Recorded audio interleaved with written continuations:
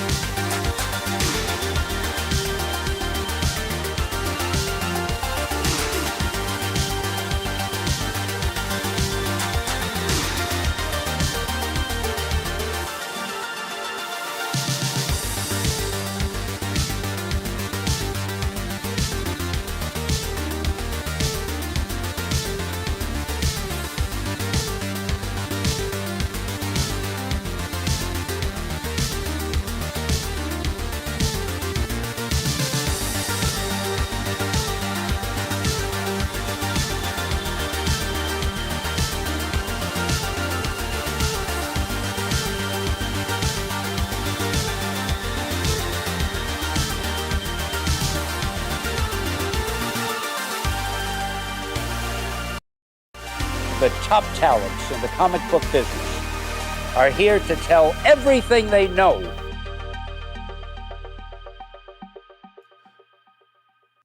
What up, everybody? Welcome to another Tuesday night here on Beyond Wednesdays, another Industry of Comics, episode 93. We got a long night tonight, you guys. We have the industry show first, and immediately following the industry show, everyone, I'll announce it multiple times throughout the show, we have the midnight release of the Winter Blind Bags. So that'll be a lot of fun. We're just going to hang out, shoot the shit. Mark's going to join us. And then tomorrow night, it'll be the whole show of blind bags. So we'll all be opening them. Will you be going over all of the hits that were pulled before Street Date on that show, Brian? Asking for a friend. You know, I haven't had a chance to talk to you guys about that. What are your guys' thoughts? I wish Jesse was here because, I would like to get his thoughts on this. What are your guys' thoughts on Lunar not doing what they said they were going to do? Because I don't know if you guys got to see the Saturday night show, but the main topic, point that I think that we need to call out is not necessarily call out Lunar like in a really super negative way yet, but to say, hey, you guys made a rule. What did you guys enforce that rule at all? Like, we need to hold Lunar to the flames a little bit here, in my opinion, because they said, here's the rule for all blind bags going forward. Go ahead, Dennis. Sorry about that. So the company that I accuse of controlling all the data so that they can help spur their deep discount, and the people who didn't give two shits about the comic industry and then were put in charge of 1/3 of the comic industry's revenue, and don't support the SRP, and you're saying, how dare they not support Street Date as well? They're scumbags. I'm sorry, Brian. They don't have the interests of the comic retailer at heart. I barely think they have the interests of publishers at heart. They're just in it to make their pound of flesh, and that's all they give a shit about. So how do you make somebody held accountable that wasn't held accountable prior to their ascension to the number 2 spot in the publishing world? Yeah, I it's hard to, I didn't think I thought they were empty threats myself, that when they put out, there's going to be hell to pay if you break Street Date, that would hurt them financially. So Everybody knew that was bullshit. So, now going forward, is there a Street Date? It's crazy to me. Oh, good point. Yeah. Is there anything call a Street Date? Maybe I start doing it at my shop. I get my DC books on Thursday before the Wednesday. Can somebody put a shrugging guy emoji in the chat, please? I let all my subscribers come in on the weekend instead of coming in on a Wednesday because they're off, and then Wednesday's not important anymore. Oh, that's the type of question you need to ask, right? In my opinion, that segues pretty much into our main topic for today. Yeah. When the industry gets like this, everything gets broken to the point where it's completely broken down.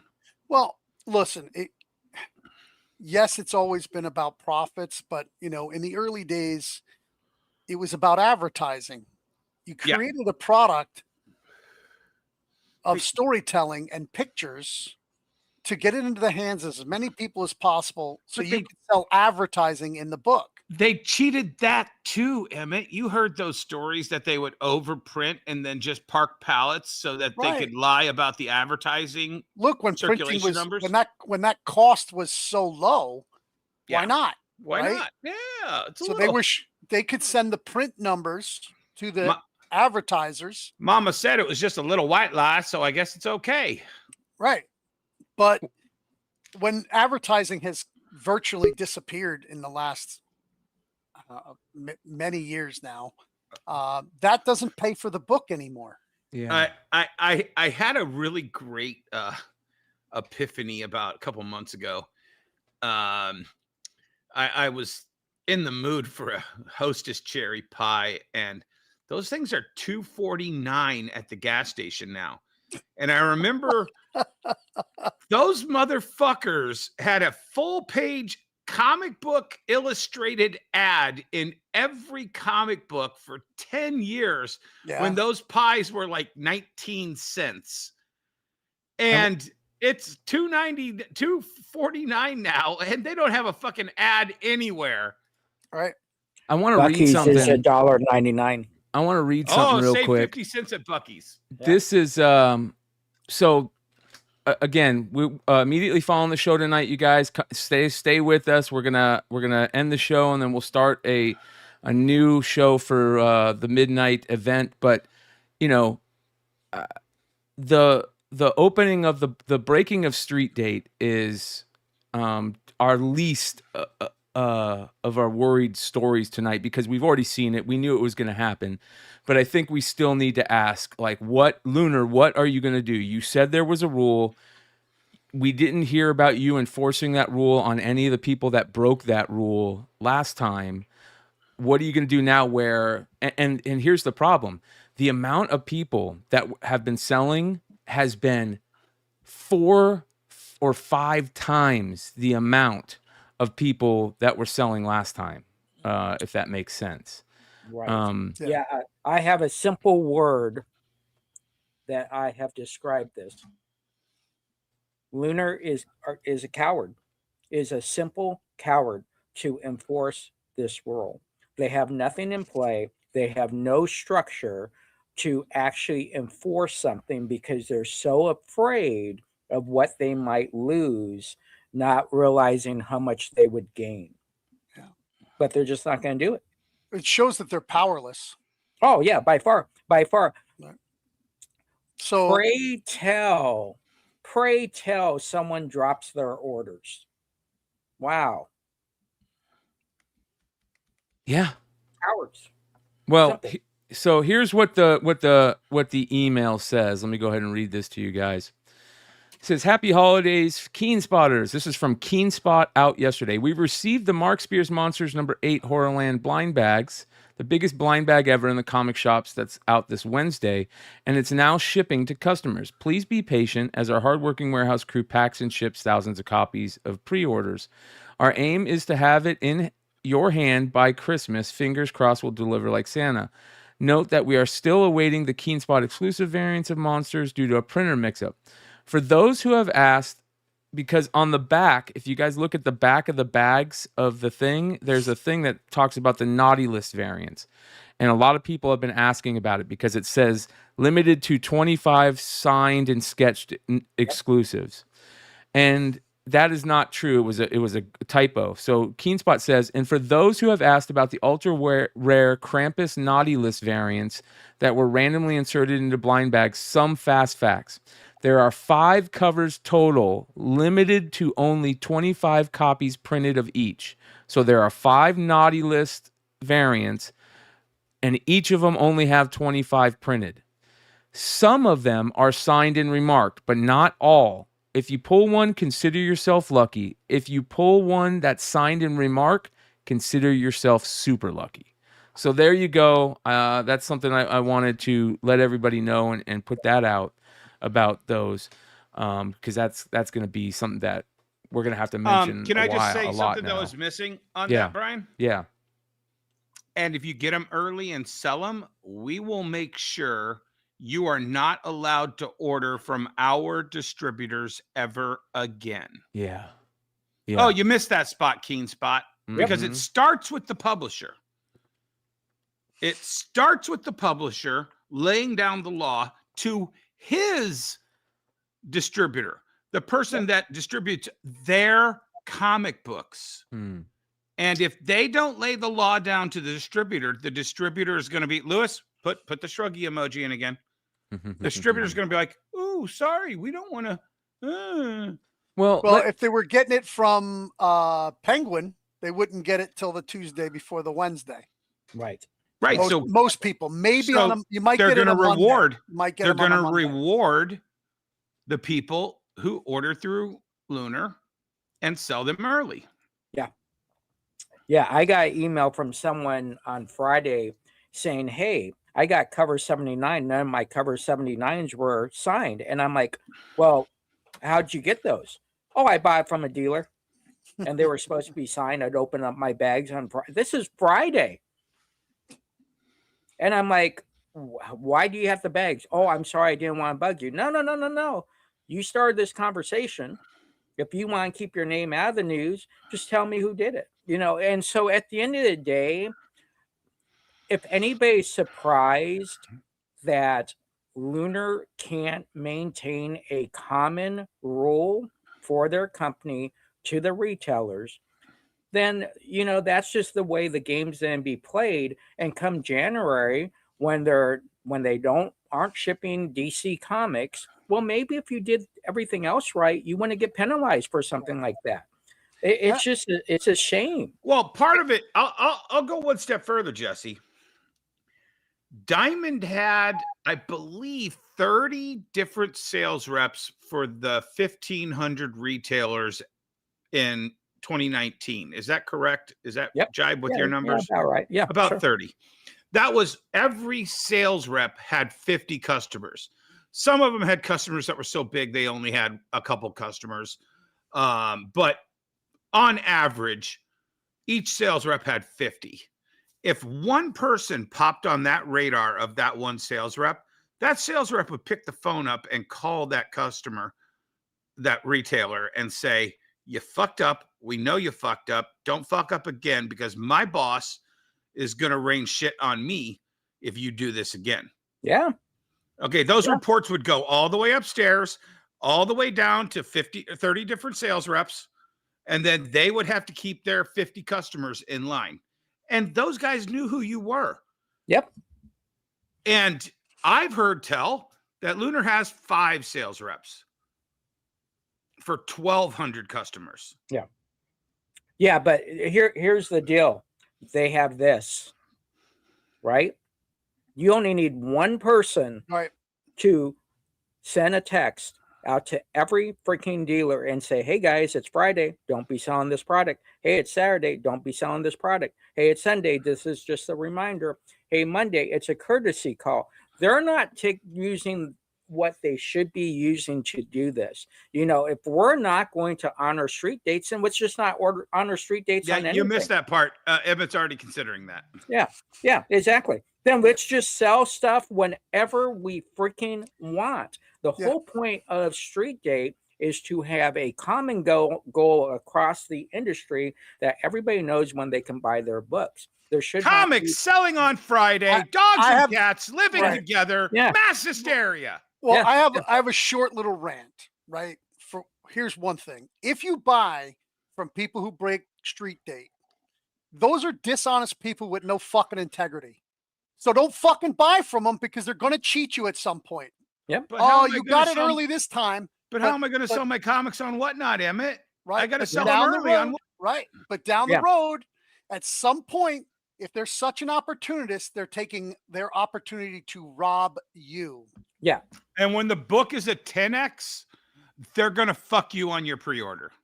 Exactly. That's the exact people who are going to fuck you on your pre-order when it comes time to make the big bucks. Yeah. Here's the deal. If you are so weak in your business that you have to sell before everybody else because you're afraid you might not be able to sell something that's going to sell out no matter what, you are weak as shit. You shouldn't be in this business. And I will say this again, get the fuck out of this business and go sell gummy bears. Go do something else. But you're fucking idiots. I don't cuss, but it just pisses me off that how many weak people we have. I don't cuss, but fuck those assholes. Yeah, exactly. And a lot of these people are all about Flip it. profits, all about free market, free market. What you're doing is not free market. No. Yeah. Right? Yeah, and here's You're trying to own the market by being out there early before other people. That's not free market. That's called Yeah. That's premature ejaculation. Yeah, exactly. So, Put on some fucking Sting albums, learn some tantric, and sell it on fucking Street Date, asshole. Yeah. So at the end of the day, listen, we get it that you're in mom's basement and you're selling live stream from that basement, and you got to get money so you can buy your freaking Cheetos and Monster drinks and all that. Meatloaf! Yeah. Meatloaf! But at the end of the day, retailers know that this should be sold. See, that's Lunar calling me right now. Oh, so let's real quick about Lunar. Yeah. Right. They said they sent out an email because email is the best way to communicate with people who have a lot of fucking shit to do. That because some people have abused the check to prepay through your checking account, that they've removed that. And now we have to pay with a credit card. I can no longer pay with them taking it directly out of my checking account, which there's no fee for. Lunar. Oh, okay. Yeah. Right. Well, that's my email queue right there. Yeah. You send me an email. I got 51,000 unread emails. I am not going to find your update.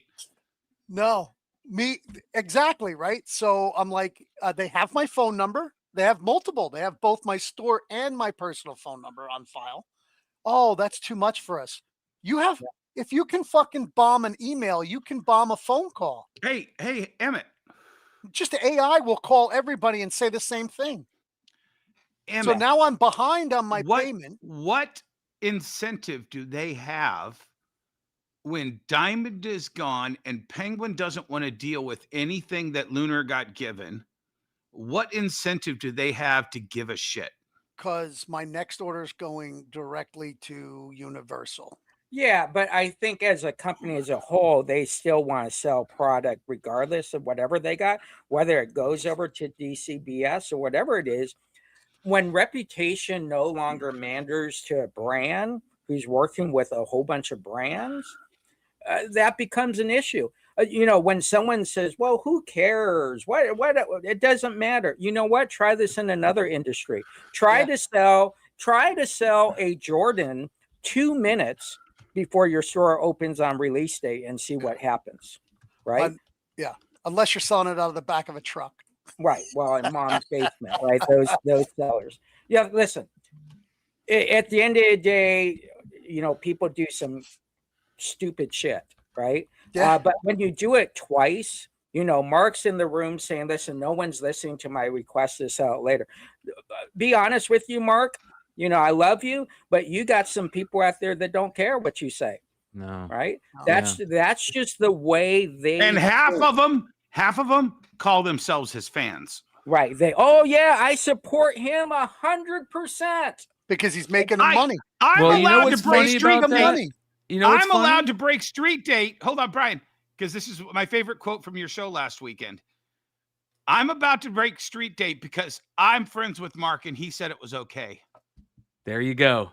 That's exactly what I was going to say. That's exactly what they were doing. I beat you to it. Yeah. I beat you to it. That's exactly what they were doing, you guys. They were saying, oh, don't worry. I've already cleared this with Mark. Like, what? No, you didn't. Oh, yeah. No, you didn't. Yeah, I think I'm the most banned person on Whatnot.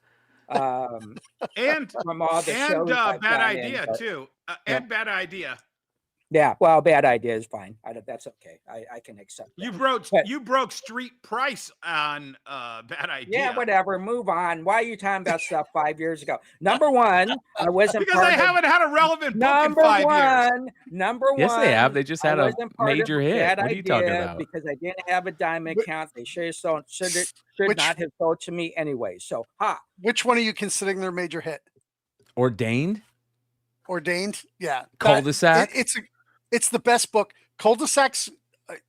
There's good. 2 right there. Yeah, but I wouldn't say Cul-de-sac was a huge hit. But I want to thank Bad Ideas for Emmett, sending you and me I these laughed our great ass buttons. off at their presentation. Yeah, I want to thank Bad Idea Look for at sending me Dennis these putting great everybody out on Front buttons. Street tonight, Yeah, man. there you go, Jesus, we right should call there. you, You know, Razor. I finally figured out what kind of business model they originally were trying to do. Because I was always trying to figure out how Pump and dump. No. I think they wanted to be. I think they wanted to be mischief. I think they wanted to Who? be the Bad Idea? Yeah. No. Well, what was their play? I still don't understand. And listen, I'm not saying this because I know this, but I have no doubt this is what my thoughts are on what Bad Idea is and was.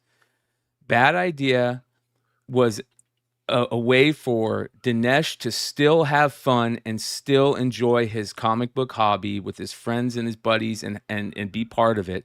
As his new role as a movie executive will give him the opportunity to say, you know what, instead of just creating these as scripts, I'm going to create them as comic books because I love comic books. You guys can't deny, I don't care what anybody says, you can hate Dinesh all you want, but you can't deny that he is a huge comic book fan.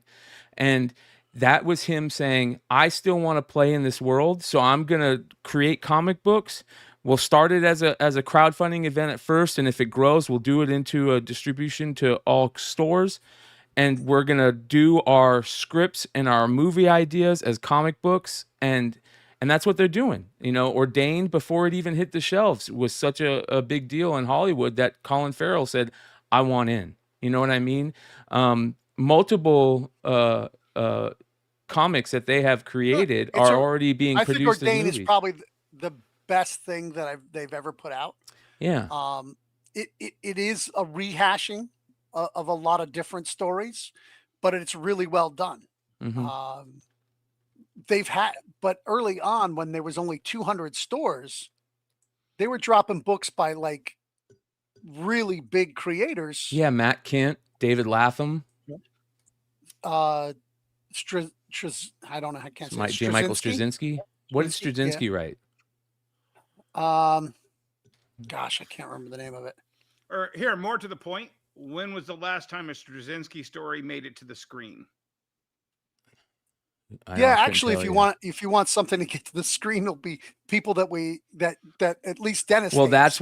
that's why the guys who wrote John Wick and who Bendis, wrote Falcon and Winter Soldier and really good projects are writing their comics now. Robert Venditti and Hey, I smelled the grift the second I saw who was involved. I haven't had anything to prove me otherwise. I've seen a million rich boys try to buy their way into a hobby before, and it's just what I see. Yeah, I thought the whole thing with the donut, like a lot of their marketing and stuff was very mischief. It's perfect. That's what you want out of marketing. You want word of mouth. You want people talking about it. Mischief was. I don't even remember Mischief. That's not how successful Mischief was. They did the big red boots. Well, it's like younger people than us. Okay. Younger people than us. They did the big red boots that everybody were on Instagram with for a day. Yeah. Yeah, but they sold out. Oh yeah. Like, everything that they drop sells out. It's one of those kind of things. But I love this. Listen, I'm not taking shots at you, Raider Nation. I appreciate you, but this is the type of comment I always love. Like when he goes, no offense to them who made Ordained, but it's a tired genre of priests fighting demons. I haven't read it yet, so I don't know how good it is. There's no demons. It's Irish mob in Chicago. Yeah. It's John Wick for priests. Badass. So you should check it out, though. He finishes it by saying, I haven't read it, so I don't know how good it is, but I heard nothing but good things. It's just something I'm not into. And I understand that. And that is the case with a lot of content and genre, right? I'm not into a lot of genre. I think Colin Farrell's too old. We'll see. And not just that, Colin Farrell hasn't opened a big movie in 15 years ago. He tried Total Didn't he Recall. win a and it major flopped. award a couple of years ago for some movie he was in? Yeah, but he's been doing small indie Yes. movies. I In gotcha. Bruges. Yeah. That was good. That In Bruges, Yeah, right? it was fantastic, but Yeah. it's a small foreign film. Mhm. So I think we have some major news to talk about, ladies and gentlemen, tonight. All right, Brian, before you Are you- go on that, I need to finish my rant. Oh yes. So if you can post the picture Yes. real fast. Folks, Yeah. if you're going to hire someone for your company, there are simple rules of common sense you can give them. This week, I was disappointed in my number one item I have bought for the last 2 months. What is wrong with this picture? That is a hamburger bun And not on a my Portuguese roll. That's rib. right. Yeah, exactly. McDonald's, please coach your people just a little bit more on what goes with a McRib. That's all I'm asking. Simple stuff, simple things. look, it's what Jesse- makes me happy. And then I When get this. when does the McRib end? When is it over? 'Cause I know it's it very just short. ended. It just Oh, ended, guys. shit. I When didn't it get one. gets to the end of the season, would you rather have no McRib at all or a McRib on a hamburger bun? I want the McRib that is shown in the picture. And And if that's what I want. and when they I ordered want- the McRib buns, they what come is in good packs enough of buns? 8. Yeah. And the What- McRib's meat comes in packs of 10. And Yeah. at some point at the end of the McRib cycle, Order They are extra gonna pack have- of buns. Yep. yeah, exactly. What's that movie with the guy with the glasses that Oh, goes Falling into the Down. plate?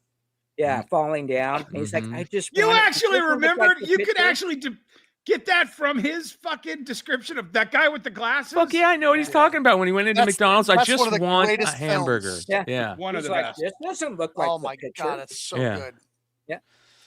Oh my god. And Hey, I'm shocked you that more guys- people didn't shoot up McDonald's for having breakfast in 5 minutes early than happened after that. Right. And it Yes. sucks because breakfast ends here at 11 o'clock.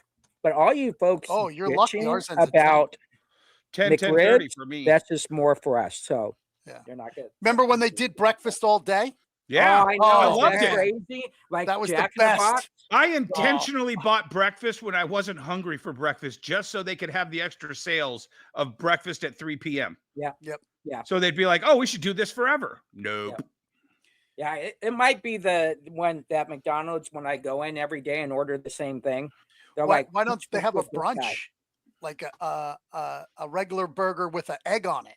Yeah, exactly. That's okay. Scissors is coming. 200 new stores.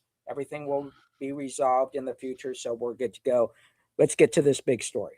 So Okay, first so big it is story my of the night. mother's birthday, and if she hadn't have been born 74 years ago today, I would have never been born, and that's the big story of the day. Happy There you birthday, go. Mom. We'd all Happy have birthday, more Mom. comics. Happy birthday. The first big story is the first stake in the heart for comic fans. We haven't figured out if the PSA-Beckett stuff is a stake in the heart for comic fans. But ladies and gentlemen, this is no good for the comic industry. Diamond Comics moves to Chapter 7 bankruptcy as banks pull funding. What does this mean, you guys? It Means me and means Dennis just- are going to meet in Maryland. Yeah.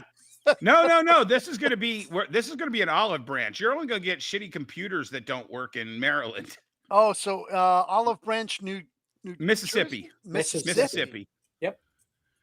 Oh. So what basically, what this really means is Jesse and I were right about 6 months ago when we said this is what's going to fucking happen. right, and it can only happen. Yeah. It is. There is no way. How does a bankruptcy Chapter 11 start off with money to save the Chapter 11 and still declares Chapter 7 because they have no money? It is simply amazing. Now, people are saying Diamond chose this Chapter 7. No. JP Morgan said, we're not giving you any more money. Right. And we'd like to start getting our money now. Right. So JP Morgan has agreed to extend the loan just to be able to afford the Chapter 7, the conversion. That is going to happen about the next 5 days. Then an independent contractor will come in and start doing inventory, and that will be an auctioneer as well. It will go first position, which is JP Morgan. The lawyers is second position. And then I don't know who is third position. But first two, once you get past those first two, there's not going to be any money left. Wow. That's So basically what this is for those who are trying to understand.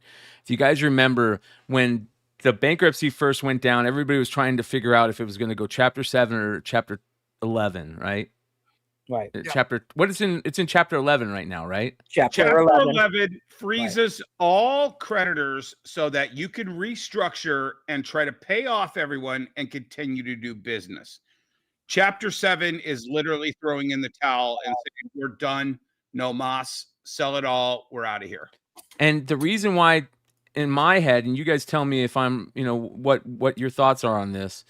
The reason why this is so bad is because when they went, everybody that was owed money was hoping they would at least go chapter 11 because they want to try and get their money back that they're owed. Like for instance, we talk about Nikki at Dynamite, who's owed all this money, and that was everybody's hope who was owed money. Hey, we want to just get our whatever money back we can. And they decided to go chapter 11, but in doing so, they spent all this money on lawyer fees and other fees, and they paid off the top dogs at first. They started paying off the top dogs at first, and all the money was used. And they said, listen, we don't have any more money to pay anybody back, so we're just going to take whatever's left and go chapter 7. And now everybody's fucked that's left that is owed money. Am I correct on that? Pretty close. Well, they're too far down the road. There won't be any money left. Right. They'll be in line to get money, but...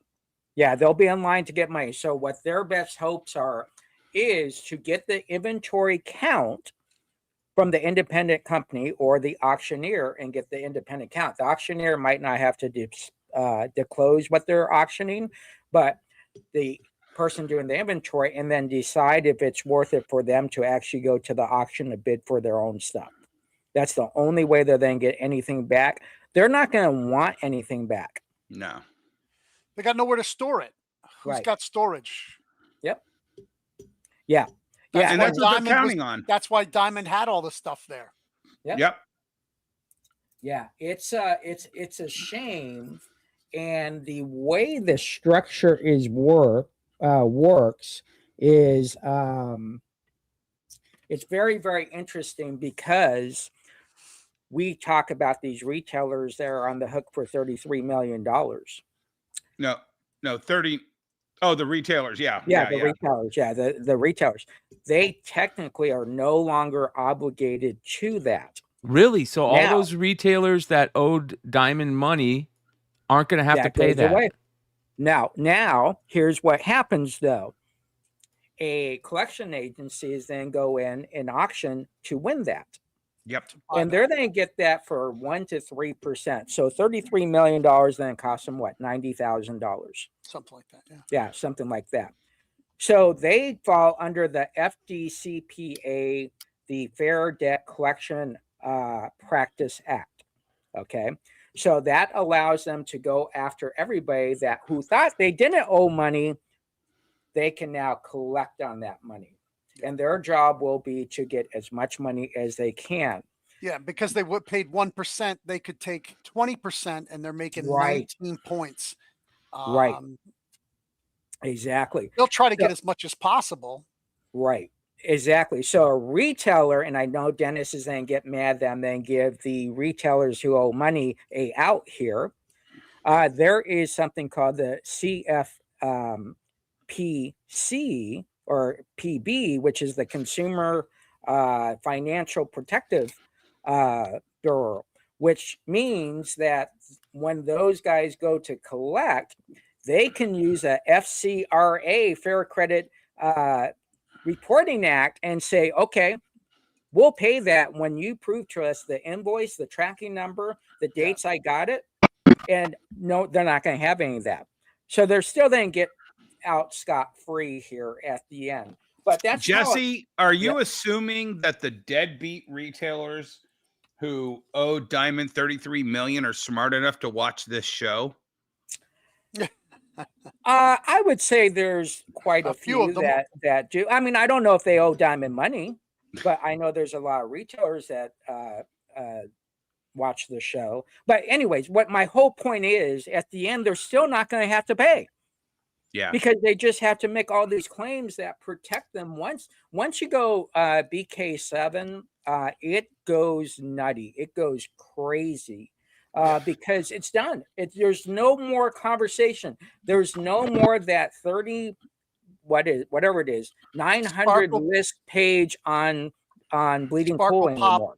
Sparkle Pop would have been smarter to hire a collection agency, and with all the Diamond invoices and everything at Diamond, and start collecting right away On day one.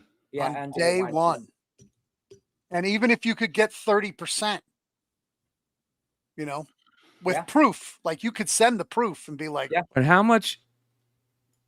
Oh, never mind. I was going to say how much of that money is really going to matter, but it's already been sold out. To the collection agency, it matters to the collections agency, but not to the in the original Chapter 11 bankruptcy thing. It was just it would have meant a lot to Sparkle Pop. Yeah.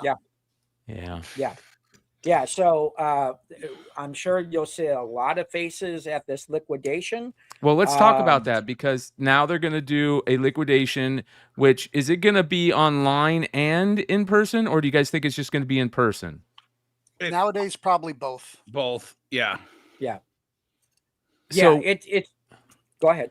So what does that mean? What does a Diamond liquidation look like for this thing? I mean, what a Diamond warehouse look like for this liquidation? I mean, explain how this is going to work, and what probably palletize everything. Yeah, so a trustee will come in. Comics, toys, everything. The court will appoint a trustee, probably local to Mississippi. They'll just hire a company who specializes in this.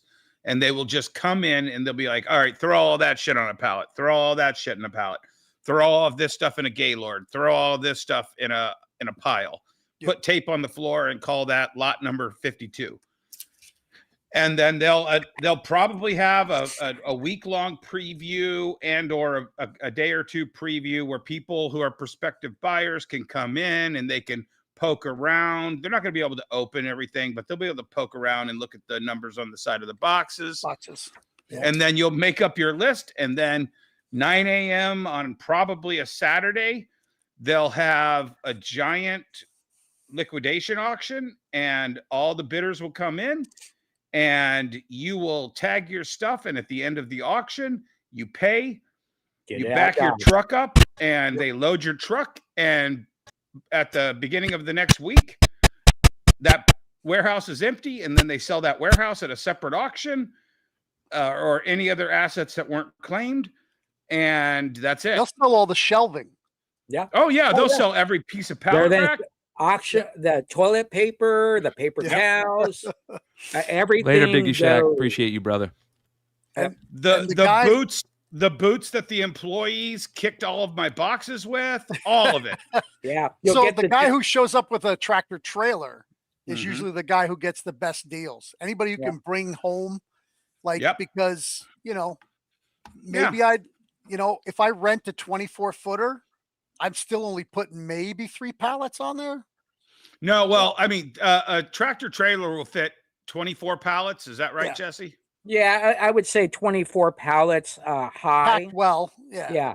So high packed. But I'll tell you what, I've been to a sale like that. This was kind of a dick move.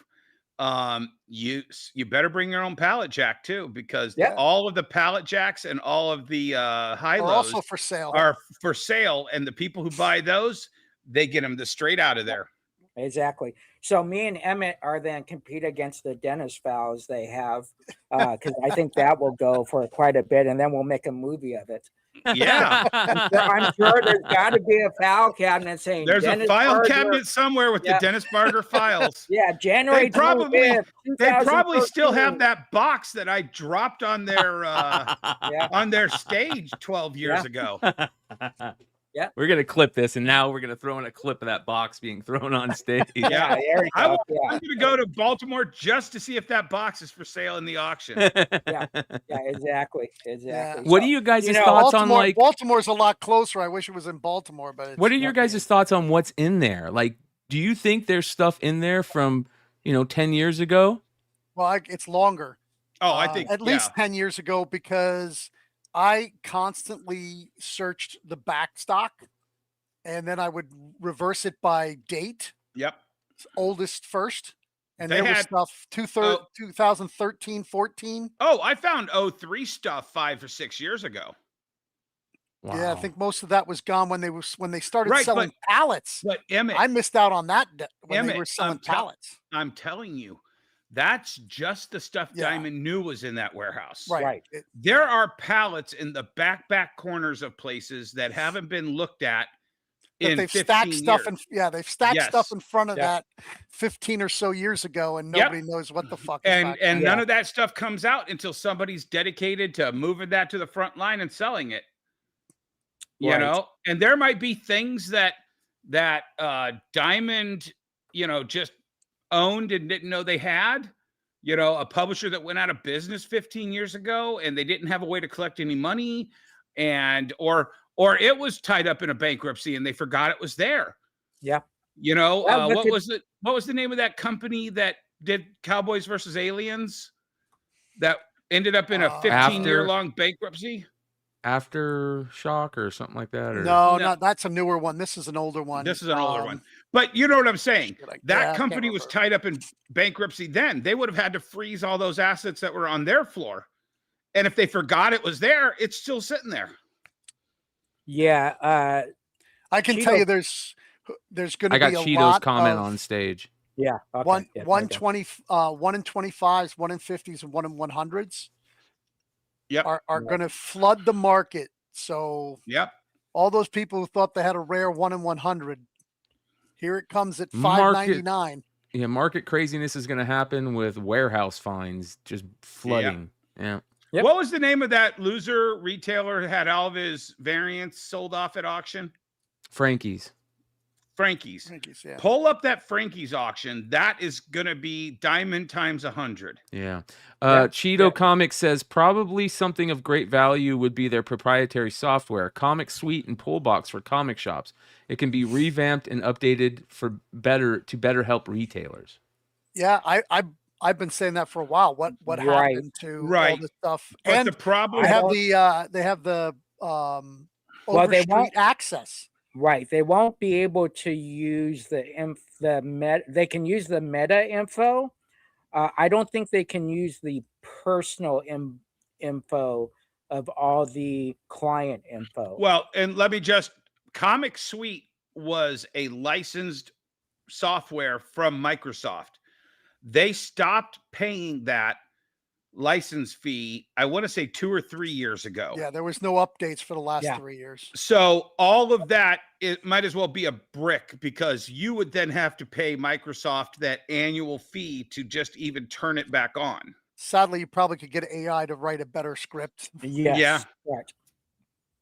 Now, buying it gets you the name. Now, the name might, if you got it for next to nothing, the name might be worth something. Because again, they can pull some of it without no problems and be able to work with it. But there are, proprietary, like he says, there's rules to that, right? Yeah. So if I buy a company that has 10 companies and they have a database, that doesn't mean I can use their database just because I'm buying their company. There's still one piece of software, proprietary stuff that Diamond owns that I think is still a profitable venture, and that is the comic shop locator service.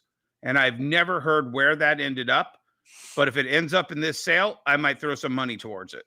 Did you hear that company that you definitely heard it? You were there at New York Comic Con. The company that was going to give away free locator. but No, they were also there was. Oh. I Yeah, remember you is said that that they were. League of Geek?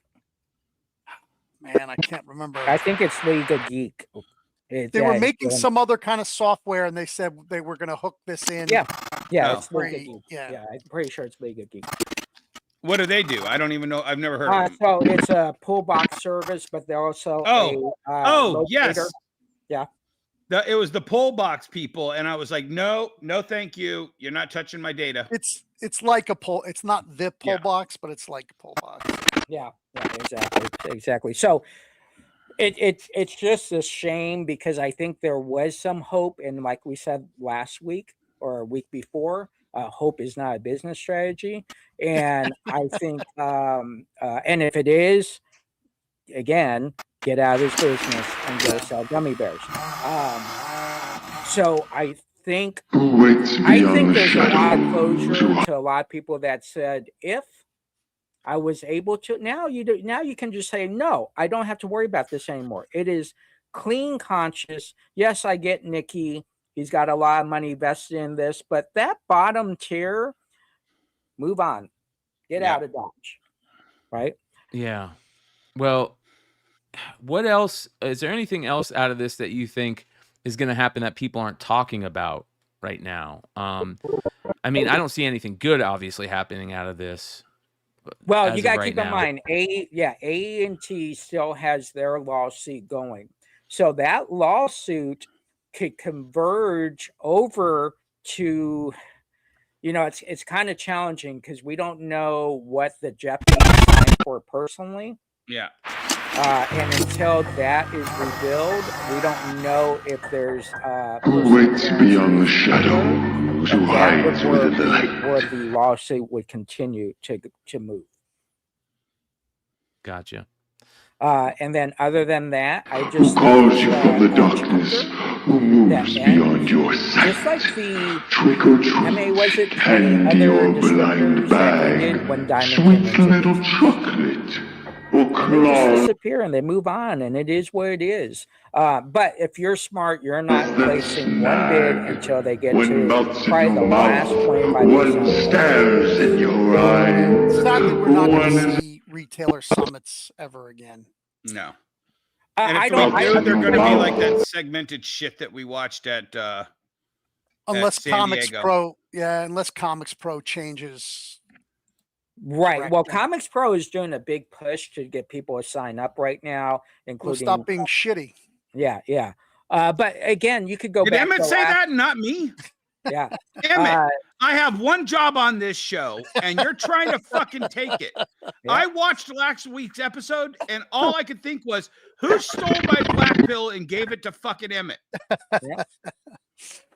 Yeah. But was there really summits the last 5 years? No. pre-COVID? No. You gotta keep in mind. 2019 was the best, Yeah. last best one. Right. You got to keep in mind, Emmett, this is way before your time going to summits. When me and Dennis used to go summits, there was 1,200 stores that would show up. Yeah. There was no seats. They would have huge rooms. Yeah. And once COVID hit, I mean, gained down to 300, 400. You go to San Diego Comic-Con, it's 70 people. Yeah. Well, the funny thing was us in that room watching Comics Pro's videos of who was going to win the Eisner. And there was like 5 retailers in there, and 3 of them were, no, there was like 6. 3 of them were on the videos, and we were the other 3. It was insane. It was a room that only could fit 20 people. Yeah, exactly. So, you know what? We're just in a world now where every day needs to be a comic book store. And you can look at where you're at, front, back, side, and right. And those meetings that come in the future are just bonuses, but they shouldn't be the end of all meetings, right? All right, once that happens, I know what to do. No, know what to do today. Right. I'll tell you, I really think there's a cultural shift. I think the whole staying away from people, COVID lockdown is over. And I think people want to find a community, because I'm not only seeing that in my store where people come multiple times a week. Sorry hang about that, you out and guys. talk. What'd you do? Fart? No, I have audio that's. I'm trying to. I'm messing around with some stuff while we're talking, and it's coming through the audio chat. So I apologize, you guys. I couldn't hear it. Yeah. But so there's a lot of stuff going on, like local music that's not canned or cover band stuff. Bands who are writing their own music are getting crowds to come out. People are doing stuff together again. Like our Magic community, I don't know what I'm going to do. Last week, this past Thursday, I had to lock my front door, which I usually leave open till about 10:30 while there's Magic going on. And so it adds to our business hours. I had to lock it because I had to put tables in all the aisles because I had that much spillover from the play space I already have. So you go ahead, Dennis. Okay. I know what you're going to say. No, you don't. You don't. I just thought this up. So I know you don't think this. Right. Okay. What this shows me is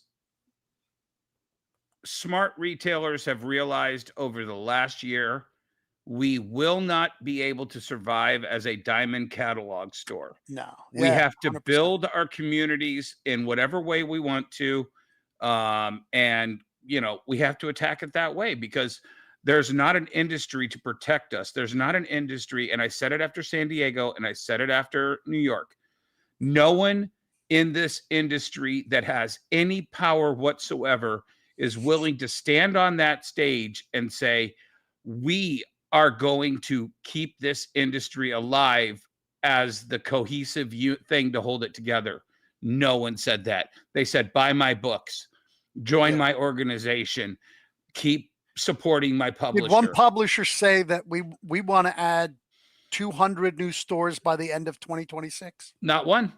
No. Did they say they wanted to add one new store? Yep. Nobody Not one. said a fucking thing about comic shops. That, you're right, Dennis. There is no such thing as an industry. It's every man for himself. And that's why everybody's breaking fucking street date. Well, you were right, because that's not what I was going to say. I was going to say fire marshals are off after 10:30. Oh, yeah. Your place better be on fire if you want to see a fire marshal at midnight. Yeah. That is True. hilarious. Yeah, but again, it is what it is. We are in a world where the benefit we have is we get to control our business. And you could say, well, there needs to be people in and saying, we're here to help, but we also get to control our business now, right? It's no longer a Tim Cartman walking into my store, a rep from Diamond saying, well, you don't have a lot. You got this space over here for vintage shirts. Well, we don't sell vintage shirts. Right? How do we get you back to stuff we only sell? Well, that's what's interesting about, and to go for a circle to the beginning of the thing, Mark's in the chat and he says that's one of the reasons why I made the bags is to specifically help retail stores. And he always talked about that, how he wanted it to be like this cool thing that brought people into the stores, made this party atmosphere, kind of like. It's funny because when we were talking That's about, why we love Mark. When we were talking about creating the bags, when the first ideas first got started, Mark was saying like, and one of the things that we talked about was he was like, I want people to come back in the stores. I was like, you know what? When it used to be like this thing, when Walking Dead would come out, everybody would hang out in the store for other people to come in. They would read it in the store, and then they would all talk about that issue. And that was a crazy cool atmosphere. Same with Batman New 52. Same type of thing. Absolute Batman's doing that. That's big at my shop, man. Everybody comes in. Yeah. Did you read it? Okay, we can talk about it. Yeah. And that's what we need more of. And it feels like so much of the industry is pushing away from that. Now, I understand some of it because they're like, listen, this is the future. The stores are dying. We need to think. But at the same time, there's certain things that they could be doing that doesn't just completely kill it. They're spraying it with Raid, like the street date thing. Lunar, you need to come out and make a statement and say what you're going to do now, since you've already made the rule. What are you going to do now? The rest of the But part of that comes down to, yes, they are trying to make Mark Spears money, but they are not in the Mark Spears business. They are utilizing Mark Spears for their own business, and they don't care about street dates, the other retailers. They don't care about Mark's idea of having everybody open these on Christmas Eve or whatever. You know what I'm saying? They don't care about the big picture. They never have. They never will. Jesse and I are old enough to remember when Marvel used to send out this little FedEx bag from the printer. Yep. Before they even hit Diamond's offices or warehouses, we used to get a pack of like 10 or 15 comics. Yep. And it was everything that Marvel had coming out in the next 2 weeks. Yep. It's just for you guys to kind of look into and see what it is. And I used to have all my employees, and we'd spread them out on the table. I'd let my Comic Top members read them. They were so excited. Yep. And then one fucking retailer started scanning them and putting them online. And it ended all of that. Yeah, there was back in the day, we would get FedEx envelope or FedEx mailer with 2 or 10 tickets to every movie that came out. Yeah. Right. We used to get those. We used to get Marvel Comics, the first issue made for our show. Yeah.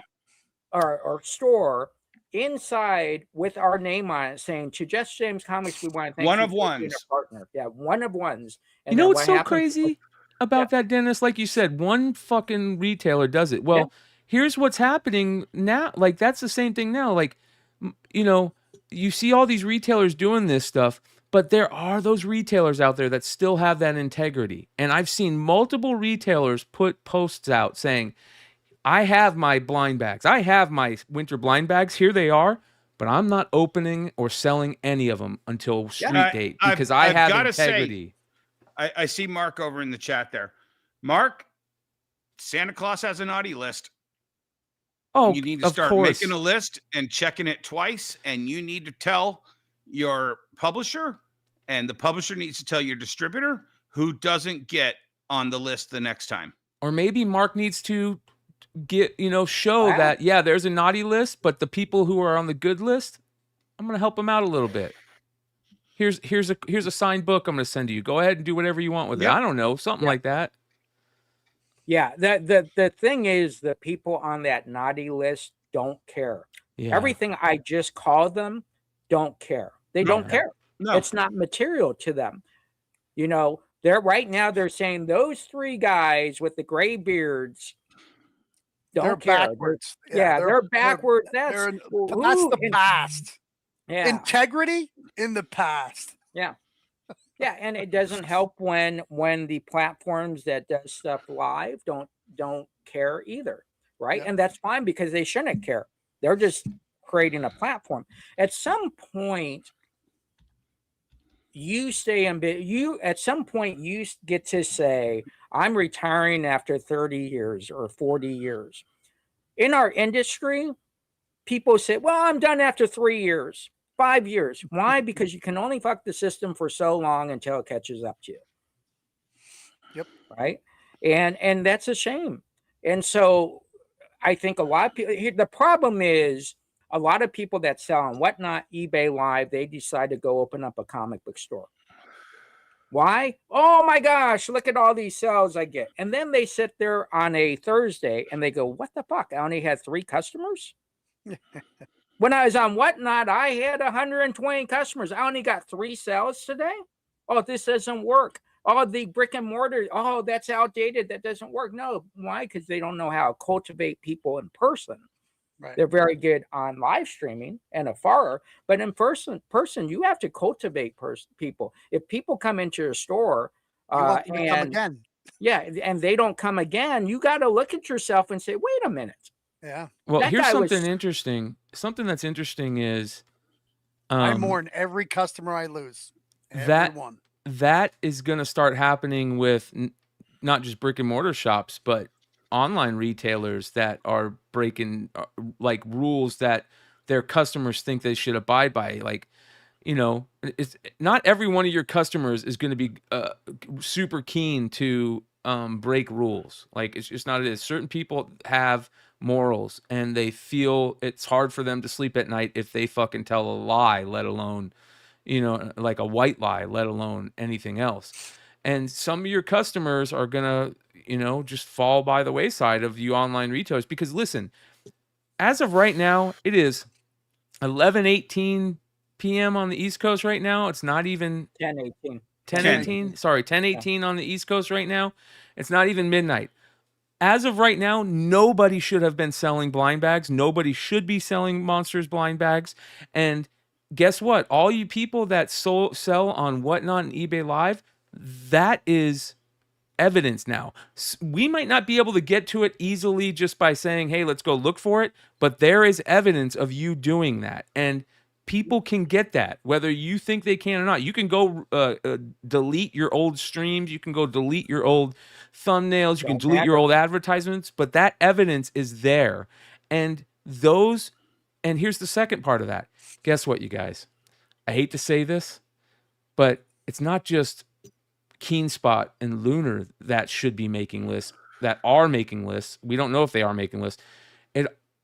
It's also just regular people that are making lists. You know how many lists I've been sent of people and retailers that have been breaking the street date? I probably have 30 names of retailers, or not just retailers, 30 names of retailers and people, regular flippers that are selling blind bags. They're all sent to me. And if they're all sent to me, who just does a YouTube show, you don't think they're sent to KeenSpot and to Mark and to Lunar? Of course they are. Of course they are. So, what if you pulled... Here's the other big thing. Here's the other thing. What if you have an eBay Live sale? Like, we could go on eBay Live and Whatnot right now and literally see people selling blind bags. I guarantee it. What if those people pull a Holy Grail? Is Mark or KeenSpot going to go, you know what? You shouldn't have done it. They shouldn't have been sold by then. So we're not going to honor that. Well, I think Yee said it on your show. If they don't ever show what the back is, how do you know which Holy Grail was pulled? People talk. Yeah, no, I know, but there's still... You're right, it's hard to not give it to somebody for the people talk. Yeah. Right, exactly. And if somebody legitimately buys that tomorrow after street date on eBay, you're going to punish the fan who paid the money for that right and honor. Zabit has a great comment. He says, Comic Tom sold them, but he said he wasn't shipping them out until street date. He also didn't open any. So was that not supposed to happen, or was that okay? Nope. There's no problem with that. I don't have a problem with him selling them and not opening them, as long as they're not going to be in his... The point of this is to maintain the mystery. Yeah, that Mark built into a product to push this market forward. Yeah. It's the people who want to spoil the mystery and want to get that dopamine hit of, oh my God, I pulled it on a live stream. Oh! Well, check this out, Dennis. This book is the most important Monsters book in the storyline. There is stuff that happens in the storyline that end the entire 8-issue run, right? The first 2 parts of the Monsters run. It ends here and a new storyline starts. Could you imagine if... That's probably why Kirkman didn't announce the end of Walking Dead. He just sent it out because he knew people would spoil it. So this is a big deal. Spoil it and over order it. Well, right. And he also rewarded the people who bought the previous issues by saying, by the way, guys, here's the extra stuff for you. And then when he gave the Negan away for free, it was based on how many you ordered and supported him on a random issue that you had no idea was the final issue. And Robert was another one of the guys that was one of us. He was. He's the absolutely. Yes, he is. I think it was the first. If you want to really, he was the first one of us. Him and probably Kevin Eastman. It's unreal how much Robert loved this hobby, loves the community, loves everything about comic collecting and comic shops. And he made that known with how he ran his business. Yeah. Well, look out! and Look at! it remains to be okay. Go ahead, Jesse. And No, I'll I was go just after. going to say, Dennis, what was wasn't it an honorable thing to be able to go to San Diego Comic-Con and get invited to sit with Kirkman and It chat? wasn't just that, Jesse. It was the whole picture. He rented out the dining area of Petco Park. He invited all the retailers. The first thing he says is, guys, you've made me a lot of money in the last year. He hops up on that fucking table and says, what can I do to make us all more money this next year? Yep. And every idea, and this is when I first met Sean, Big Clutch. And he's like, yeah, we could do that. Sean, make that happen. And then it was like, oh, yeah, you know what? I know we could do that.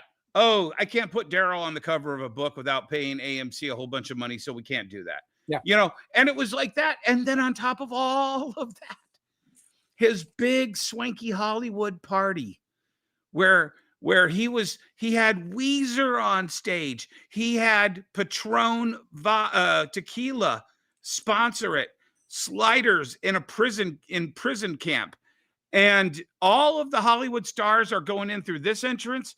And it was a line of all of his image partners with Hollywood stars.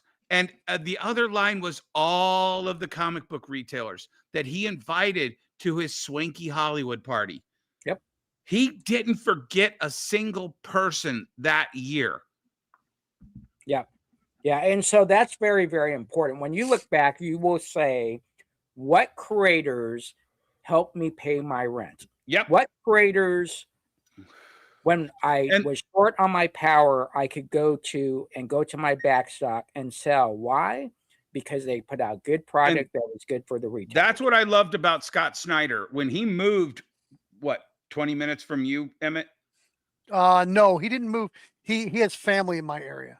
No, okay, but he bought a house somewhere in New York, upstate New York, somewhere, right? No. Wherever he bought his house. I was talking to him about this whole controversy over, creators charging for their signatures. And he said, Batman bought me my dream house and gave me a place for my kids to have the best school. I will never charge to sign a Batman comic as long as I live. As far as I know, he still hasn't. Yeah. Well, he charges at the con. But I think that's what he's signing for somebody else. Oh, yeah. You can call me V. How often does a book like Walking Dead come along? That's though? Mel. Well, Is that Mel? I don't think no, we're you can talking call me about V. the Sorry, comic you can book. call me V. Yeah, don't call me V. I don't think we're talking about the comic book. We're talking about the creator. That's right, more... but that's a very important point, though. You can call me V. Everybody thinks that they're going to be the next Walking Dead, and they try to sell it to retailers as this is going to be the next Walking Dead. Yeah. And I can honestly tell you, Walking Dead came out, I think, 2 years before I opened my first store, and there has been nothing like The Walking Dead in 20 years. The other thing is, look, don't try to what pitch about me Invincible? on something I already have. I don't need another Walking Dead. I don't need another Invincible. I need another something else. I don't think as much as I love Invincible Monsters and as does love as really good for me and lots of issues, and so does Absolute Batman. Invincible is a distant second compared to the power of Walking Dead season 2 finale for retailers. Yeah.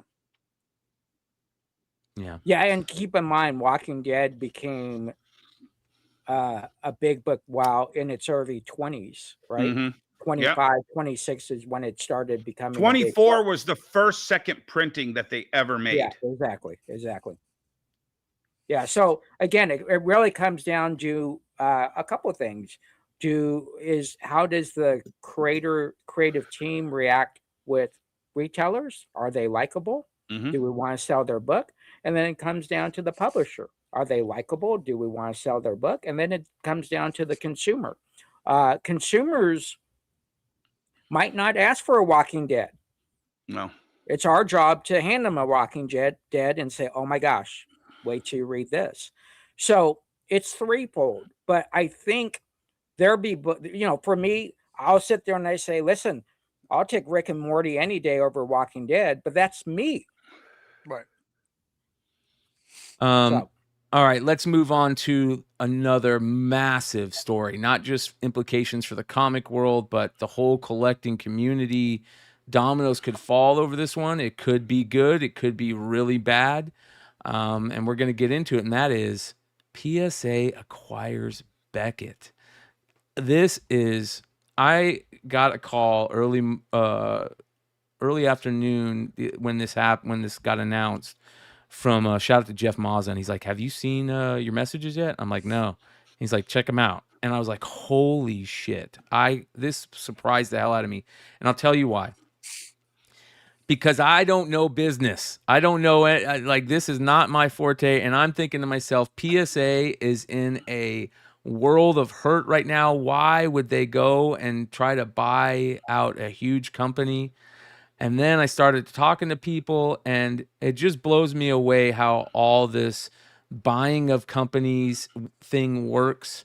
And you have these businessmen who are running our collectibles companies, and they don't care about collecting. And the reason why I say that is, I'm sorry, but if you know about grading, especially in the card world, and you think it's going to be okay to have one owner own 80% of the grading companies out there, who is already breaking rules by buying and selling as a grading company, allegedly breaking rules. Yeah. So many problems with them right now, especially in the card world. And people are that think this is okay. I'm blown away. But I haven't had a chance to really do a deep dive into it with these guys, and I want to know what they think. Do you guys think this is good for the collectible world?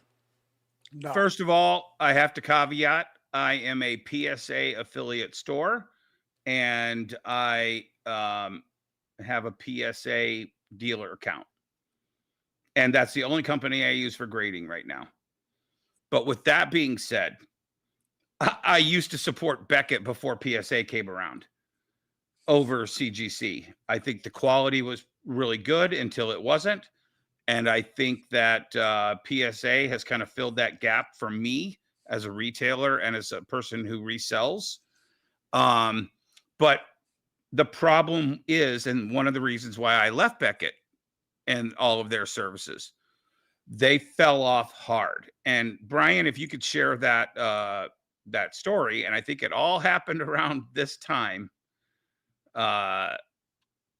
Do you know what I'm talking about, Brian? No. The guy, their CEO. The CEO. Oh, yeah. Let me find that. Yeah. So in 2005, Beckett was bought and purchased by another company, and the CEO of that company in the last 2 years had some legal issues. Yeah. So Dr. Beckett, or James Beckett, or Yes. however people want to refer to him, loved the whole sports collecting. Absolutely. Came up with the price guide, and everybody loved the Mhm. price guide. And then he started grading, and like that was a no-brainer. Yep. And then he sold the company when he grew it big enough. And he sold it to a guy who was he guilty? Yeah, he was found guilty of $2 billion in insurance fraud and money laundering. And he may or may not get some time. Right. It's still up in the air. And this was culminated a year ago last month. And that was right around the time that I noticed the service was for shit. And I said, okay, I got to find a better place, or just not great at all. I was kind of on Emmet's radar of, you know what? I don't even need to grade this shit anymore. And then PSA came along, and I've enjoyed PSA. Now they've bought a company that was at its weakest, I think, and it wasn't performing. I watch a show called Neo Sports Cards, Northeast Ohio Sports. Shout out to Neo. He's had great coverage of how Beckett is floundering.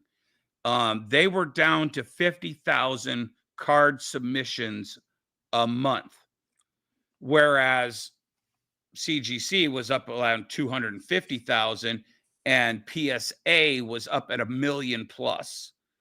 So even buying that 50,000 Beckett company and adding it to that million, it's not a monopoly. I think it's going to be a blip on the radar, really, in the grand It's a scheme. distraction. Well, Yeah. it's It's a distraction. This I is mean, every time somebody gets bad, does something bad, is bad, they need a distraction. Buying another company causes all this. Hey, it's right. Well, corporations, business investors build portfolios. That's all they're doing. Their portfolio doesn't say, well, customer service sucks. It just says this is the assets, this is what we can do with it, and this is how we think we can market it to buy more stuff in our portfolio or be able to sell that portfolio. Doesn't the Beckett, when you get a membership to put cards through Beckett, you also get all their price guides for free? I don't No, think I never so. got that. Huh. I think they 'Cause I stopped remember making the price way guide. back when I Yeah, never wait. actually got anything You've got to go graded. way back. They used to Right. give you the Beckett magazine like 10, 15 years No, ago. but their website doesn't it still have? Oh yeah, price but I guide? mean it's inconsequential. It's not I don't- not a game changer. Yeah. Yeah, I don't think even think so. their But meta I could be is wrong. worth anything, but Yeah. meta And is who everything is the right now. standard now? So I have a lot of sports cards, but I really There's I there's use apps. eBay That to everybody's price them gone up. to these apps. There's these new apps. There's 2 or 3 of them where you just literally have to show the card on your phone through the Right. app, and it'll tell you the secondary price sales. If it's in decent How is condition. the scanners on those? Because the two I downloaded, It depends. Yeah. they sucked ass. They couldn't pick out the card to So save its life. So one of my employees uses a scanner that I still don't know how to use it. He uses a Google image scanner, and it will like go across the 2 sites he tells it to Right. go to, and it works really good. He sends me the comps, and I send him the offer. I'll tell you what though, PSA Slabs has something, and I know people in the chat can comment on this. When you scan a PSA slab, it tells you what PSA's offer is and was for that slab. So I can instantly see what the value is, what PSA is offering to buy it right now, and I make my offer within 10% of that. And it's usually dead on with what the customer wanted. Sorry about that. If you guys heard that. No. Yeah, I think that I'm just worried about the whole monopoly thing. But here's the other crazy part to all this. The other crazy part to all this is the fact that they have just there's stories that have just came out about them being looked into now by the FTC. There's people that are suing them, and this is crazy. Now you have government looking in at them. We just got done talking last week about the Warner Brothers, buyout, and how the government's now looking into this. And we know that huge amounts of money are getting involved into the collecting world. If you've been paying attention to Ken Golden, what he's been talking about, the Probstein stuff, the big, huge markets, the Heritage and Ken Golden markets of the investors that are investing in this stuff are big name investors. Yeah. And I wouldn't be surprised if this brings the Margins. eye of the government and goes, what's going on over here? And that's not a good thing for our Margins. hobbies.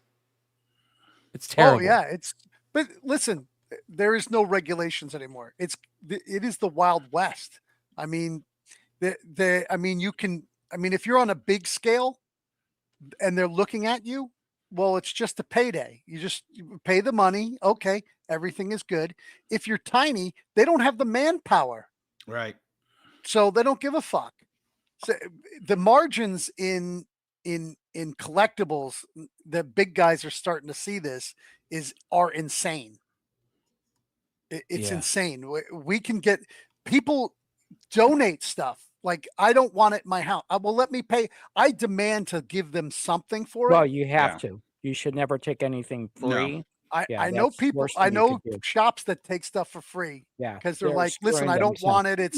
It's a little damaged. It's water damaged or something like that. I don't Give want them a it. They're Diet like, Coke. and they just leave it. Yeah. And I never take anything for free. And I pull up quick to retrieve it. Yeah, man. Yep. Remember that stuff I sure. dropped off 5 years ago? Yeah. How well did we do on that? Yeah. Yep.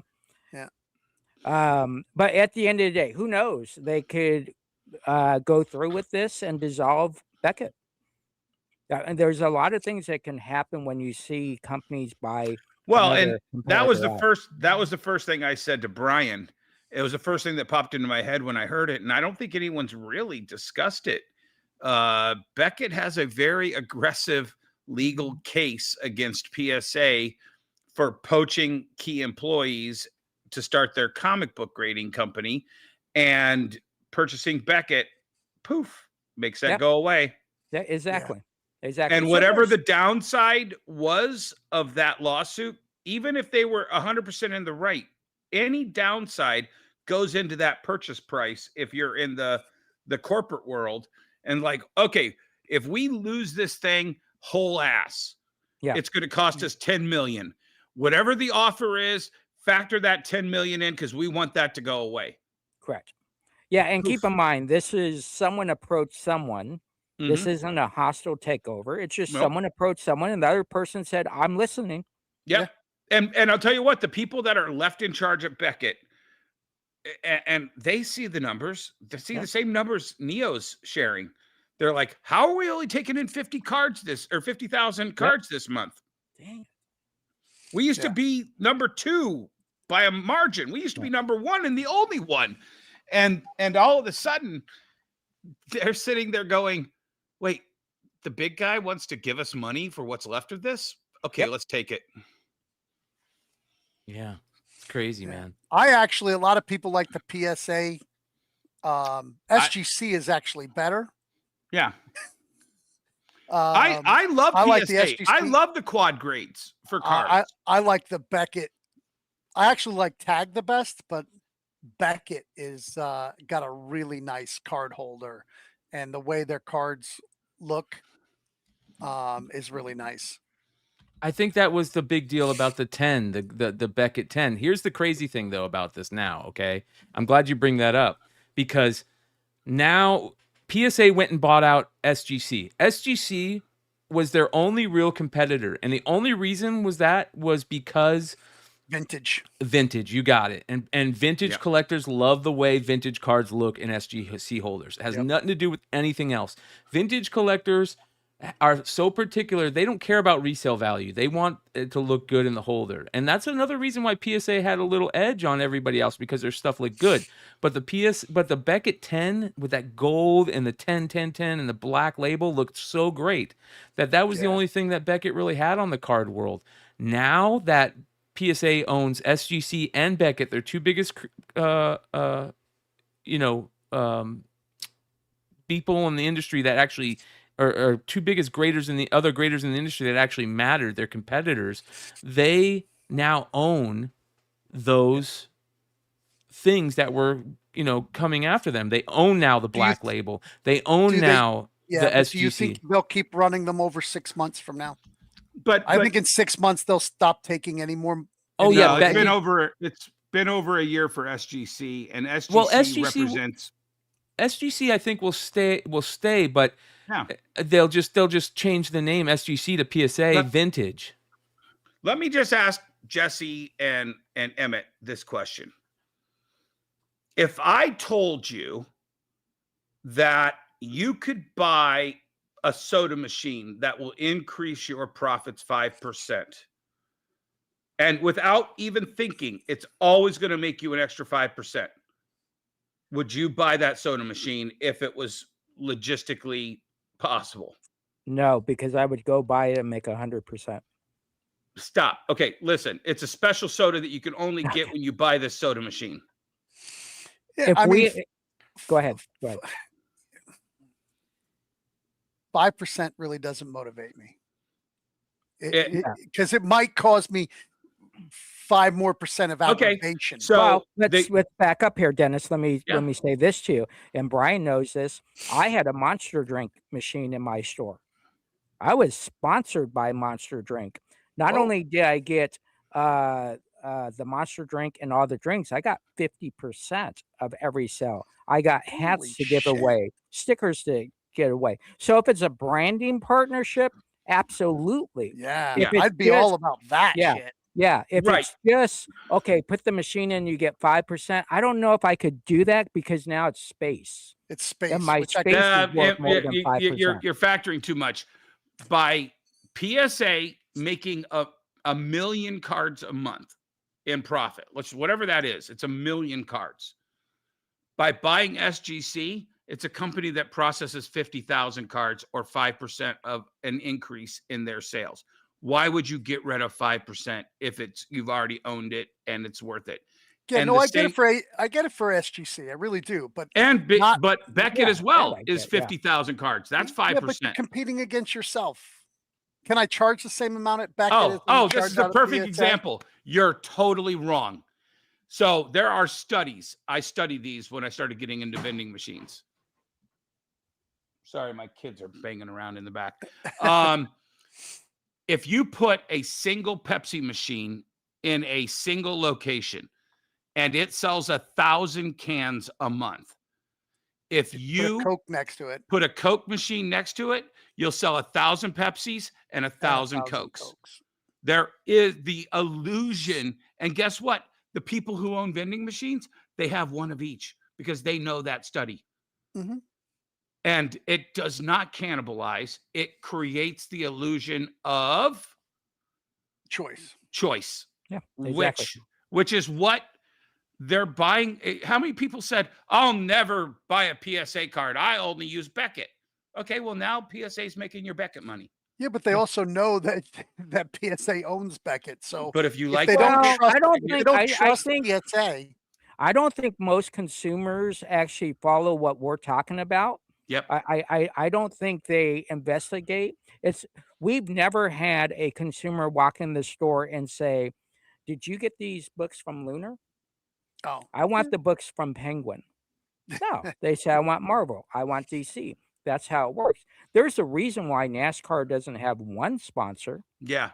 There's a reason why every car has an STP logo on it. There's still a NASCAR? Oh, yeah.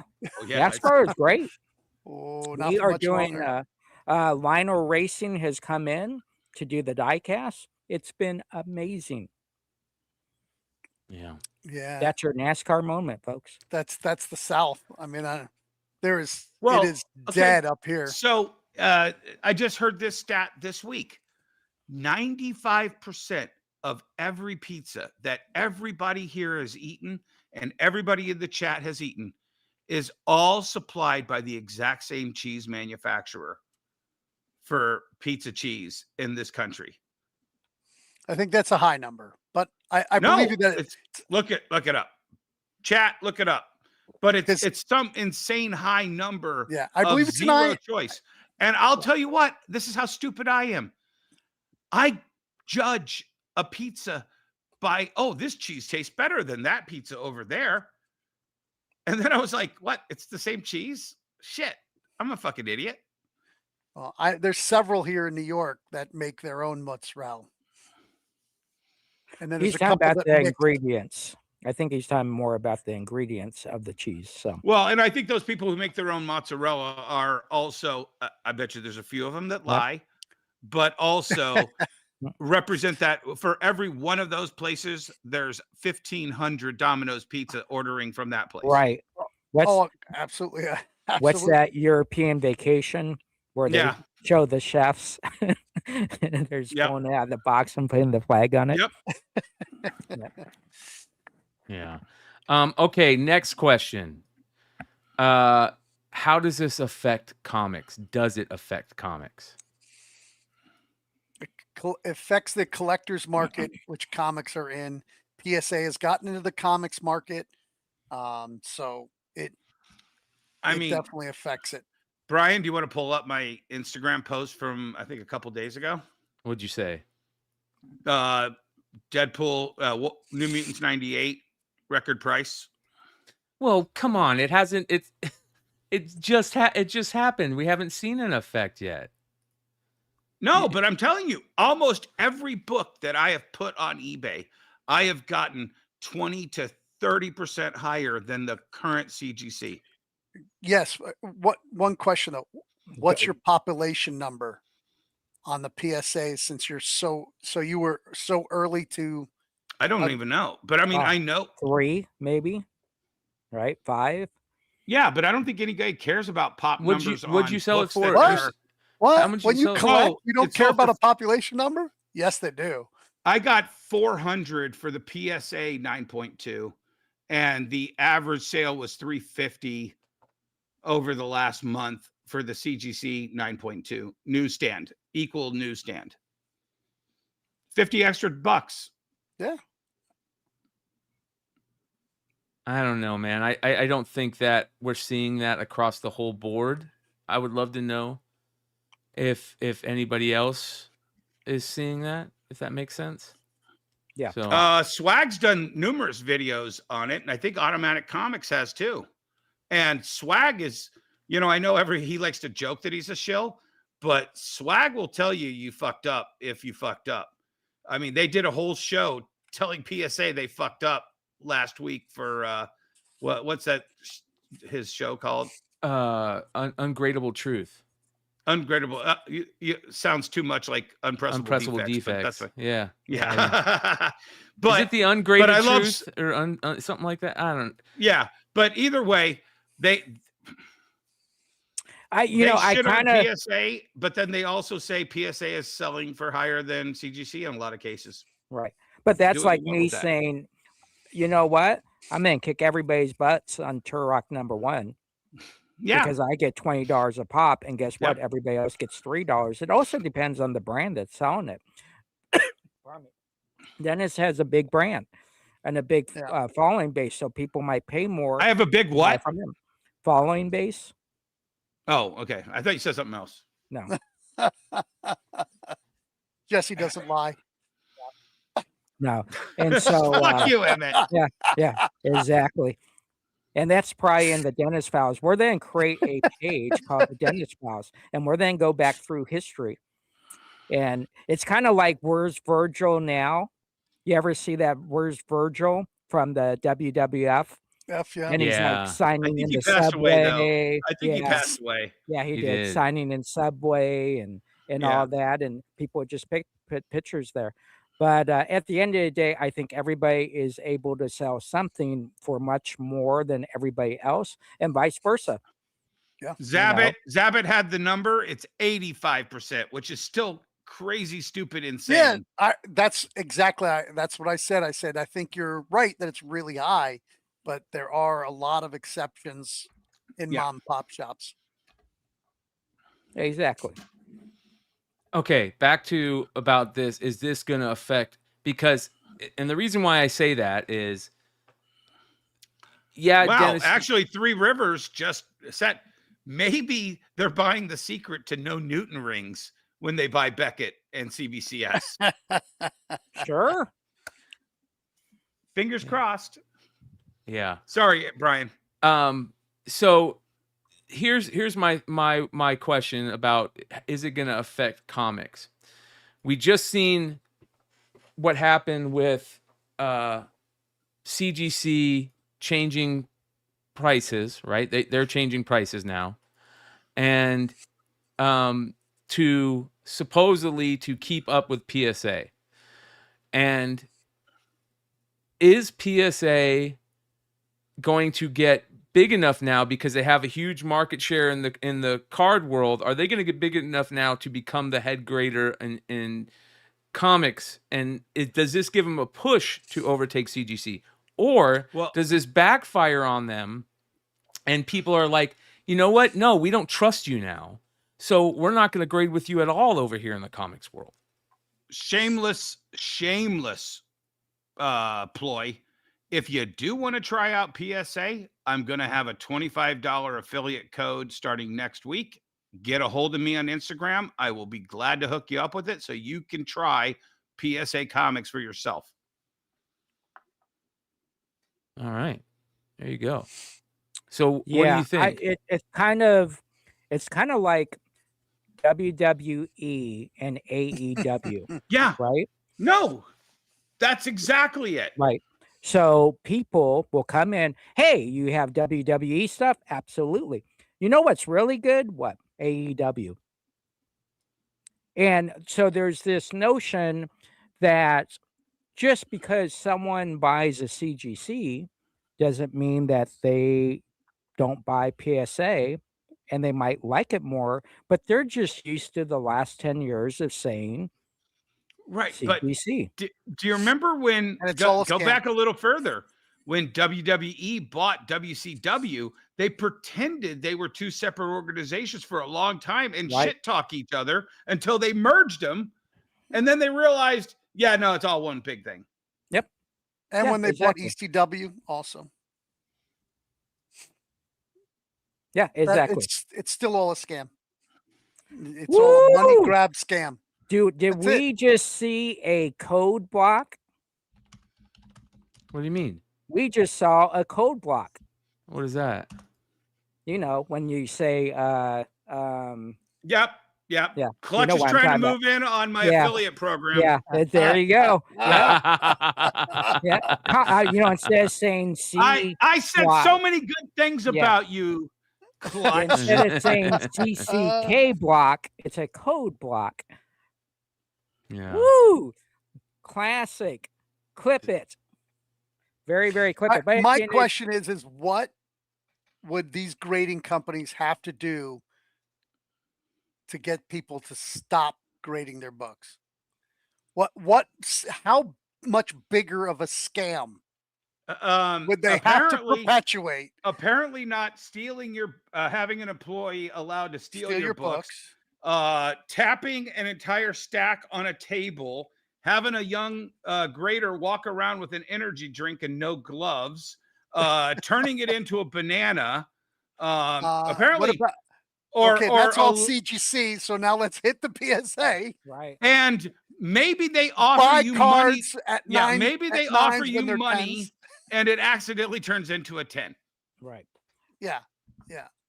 And so on and so on and so on, and we're all still rushing to grade our book. Well, Right. I'm sorry. And You every all time are rushing to grade your Y'all, book. y'all Yeah. are doing it. and every time we say don't grade with PSA, 10 more people are then grade with PSA.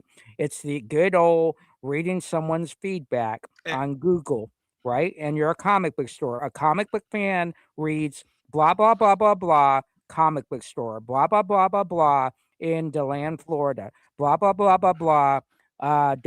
They don't read anything else. I'll do you one comic better. book fan just says, oh my gosh, that's a comic book store I haven't gone to. And I'll do you one better, Jesse. All they heard for the last 3 weeks is the number one card sold for with a PSA grade. They heard PSA. They might not even have listened to what the scandal was. They just heard PSA is buying Beckett. Everyone for 30 years knows Beckett is the number one name for sports cards. All they've heard for 3 weeks is PSA, PSA, PSA.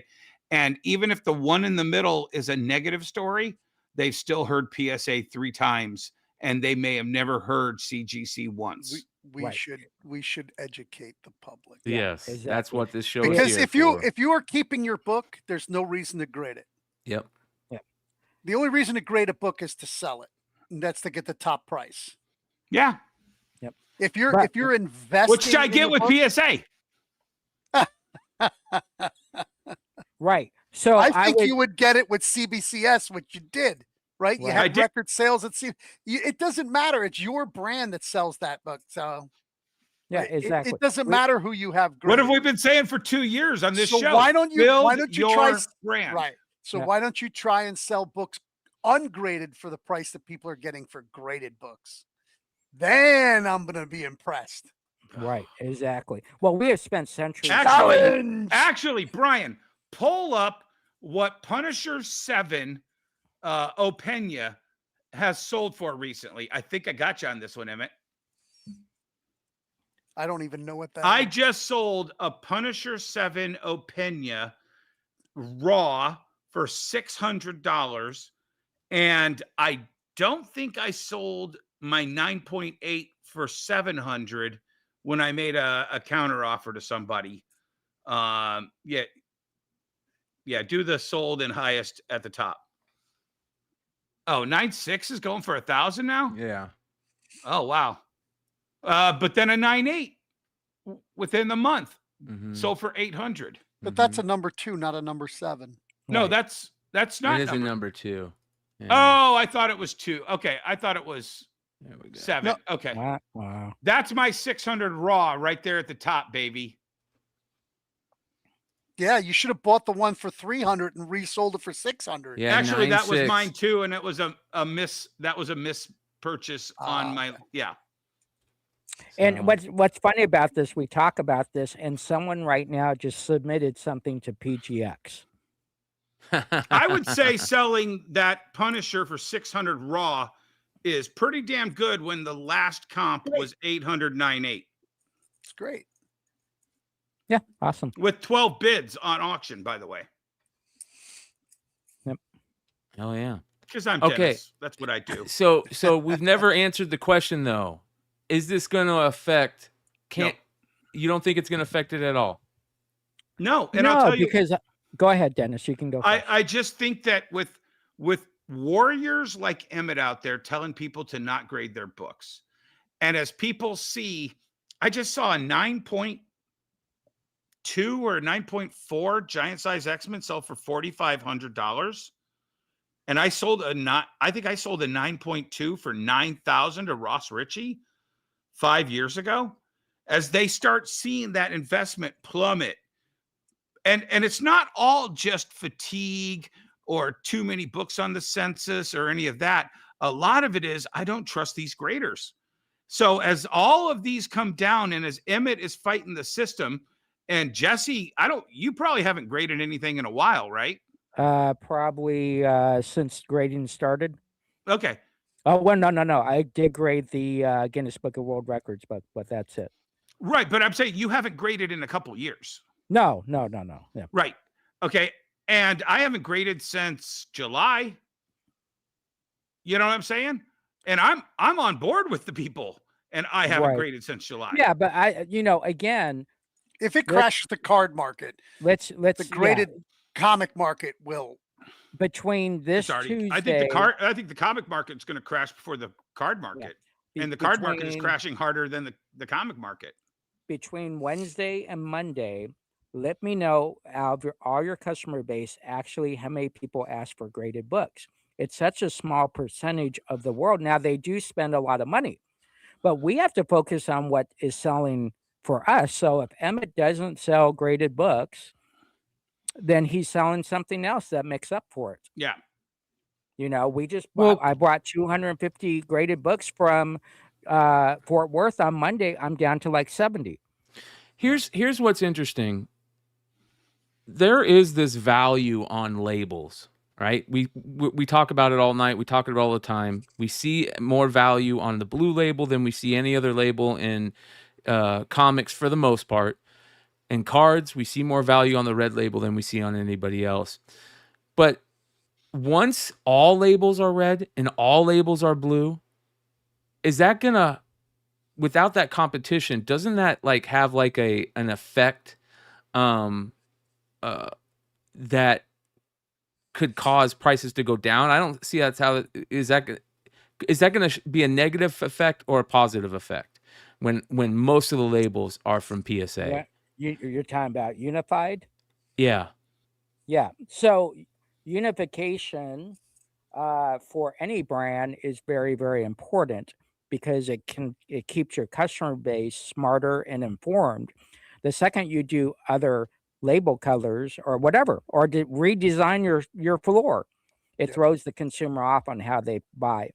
The old saying goes, you've never seen a car that you liked until you buy it. And then you see the car all the time, right? It's like, holy shit, I just bought a Flex. Never seen a Flex in my life. Now, every stoplight, a Flex pulls up to me, right? So you want to be recognizable. Yeah, it's consistent recognizability that makes you successful. So I don't think unification affects it. I think it will increase sales because it normalizes the consumer and it doesn't confuse them. What about this? What about all the old labels out there in the world? Like, and I'm just saying, if this happened in the comic world, it's not happening in the comic world, but let's look at like all the old Beckett cards out there. Are people going to want to go, I need to switch these over to the PSA now because Beckett is no longer around, and those labels, those values are gonna drop. I think if you wanted to invest in graded anything, you wanted to invest in graded books that were graded prior. Because if the whole grading market crashes, it'll be, oh, what was graded prior to these corporations coming in and making it a whole scam? That's what I'm worried. I'm worried the whole grading market will crash because there's no more independent like checks on grading standards anymore. When you had competition, it caused these checks to happen on grading standards. And now I don't think you have those checks on grading standards. Isn't the checks on shows like your Wednesday show and your Saturday show? They are, yes, and that's why we have to talk about it. That's the important part, is for us to be the checks. But there's also a second layer of checks that happens with competition, right? Sure. Because for example, Beckett, remember when Beckett was calling out PSA and doing the banana stuff? And the warp gate, like that's a check that happens from competition. Yeah. I personally think CBCS and my heavy investment in that company is probably going to be a deficit. I think CBCS a year from now will probably be the PGX of the comic grading. I personally think that whatever the crossover fee is, I'm probably going to cross over every 9.6 or lower CBCS book I have over the next year. Beckett, however, Beckett has been around forever. Yes, that Beckett brand. That quad label Beckett is gorgeous. It's metal. It's gold or silver, and it's got those 4 grades on it. And to people, and this is no offense, but to people who are new to this market, they understand that Beckett, what that Beckett label means: centering, corners, surface, whatever the fourth one is. They know that, oh, those are 4 numbers, and 4 numbers is better than 1 number. And they understand, and that's why a Beckett 9.5 still sells for more than a PSA 9. Right. Even though PSA is the king of card grading, they understand that Beckett 9.5 means it's 0.5 better. And that's because the scary part about that, though, about that 9.5, Dennis, is that the 9.5 was always the 10. You understand what I'm saying? But that's also semantics at this point, because when PSA entered the market, I mean, I got 110 out of 220 books. And the second CGC smelled those 10s coming, all of a sudden, all these extra 9.9s came out there, and they knew that was coming. And I think they knew PSA was going comics before, because they saw their employees getting poached before they even made the announcement. And that's why they went on Manu's show and dropped that 9.9 to Manu, of all people. Well, that big carrot. And then all of a sudden, that's why, like you said, we need people like Manu and like Neo and like Swag and like you, Dennis, who are, like you said, and Clutch. Anybody who is part of the PSA thing, they need to have their eyes on this and be able to call them out when they are doing wrong things, right? And because if you don't, then it affects your brand. Yes. Right. And that's what I think, that's where I come from. And you guys know me well enough, because we talk behind the scenes, and I'm actually more real with you guys behind the scenes than I am on here. But my authenticity is not for fucking sale. Okay. PSA fucks up where I 100% know they fucked up. They know I'm going to go on Jump Street with them. They know I'm going to go on Jump Street with them. But because I did it to CGC 13 years ago, I did it to Beckett and CBCS a year ago. But right now I'm happy with PSA, and it's not a threat. But if I don't feel that somebody is living up to their part of a partnership, I'm going to call it out. Here's the other thing that I think is interesting is that Collectors, who is the parent company behind PSA, has a ton of money, a ton of marketplace like capital, right? You know who I'm surprised is not in this space is Fanatics. Yet. Yeah. Because when this shrinks to two companies, it leaves room for a third. Oh yeah, sure, definitely. And then they could just put graded cards in the boxes, which there was already done in the past. We've had Right. that. But And where that's going to happen, I honestly how about don't think, uncirculated, which they already have uncirculated, right? right.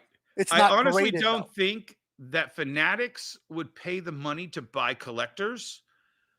But if Collectors makes enough hurt on CGC's bottom line, along with all the other problems, I think CGC is ripe for Fanatics to come in and collab with them. Yep. So Collectors has Or they so could much buy Tag, and everything would be Nobody done. wants to buy Tag. Yeah. I'd Nobody. sell the Customers hell don't out of even want to mine. buy Tag. I don't have any left of mine. Okay, but what did you get compared to what the PSA equivalent was? Much tougher, much lower grades. But What do you mean honest, much real lower grades. grades? Well, so Tag grades lower is what you're saying? yeah, Tag is much tougher, especially on surface. Right, but okay, so does the Tag 8 go for more or less than the PSA 8, even though Currently less. Yeah, absolutely. Right. Not a lot of people know about Tag, but if people feel in the future more comfortable with non-human, hey, would you want an uncirculated coin or do you want a circulated coin? it depends. If it's If it's the same, if it's a thing, 100-year-old silver coin, I really don't care if it's uncirculated. I want it for the silver and I want it for the intrinsic beauty of the coin. I don't care about the condition. as a I think that's collector, what's as a happening with resale- cards now is that a lot of card collectors are moving from the graded cards into raw cards, Yes. and same within the comic world that we've been seeing. Yeah, So do you remember COVID era, Brian, when it was the Bo Jackson PSA 10 was like what, $500 or something Yeah, it was stupid or insane. higher than that? And everybody was like, I'm sending all these cards in. And they got 9s and they got 8s, and they wondered why they went for $20 or $30 when the 10 was $500, the Siren song. Okay. That is what the normies understand. But the money chases the 10, not the 9 or the 8. Yeah.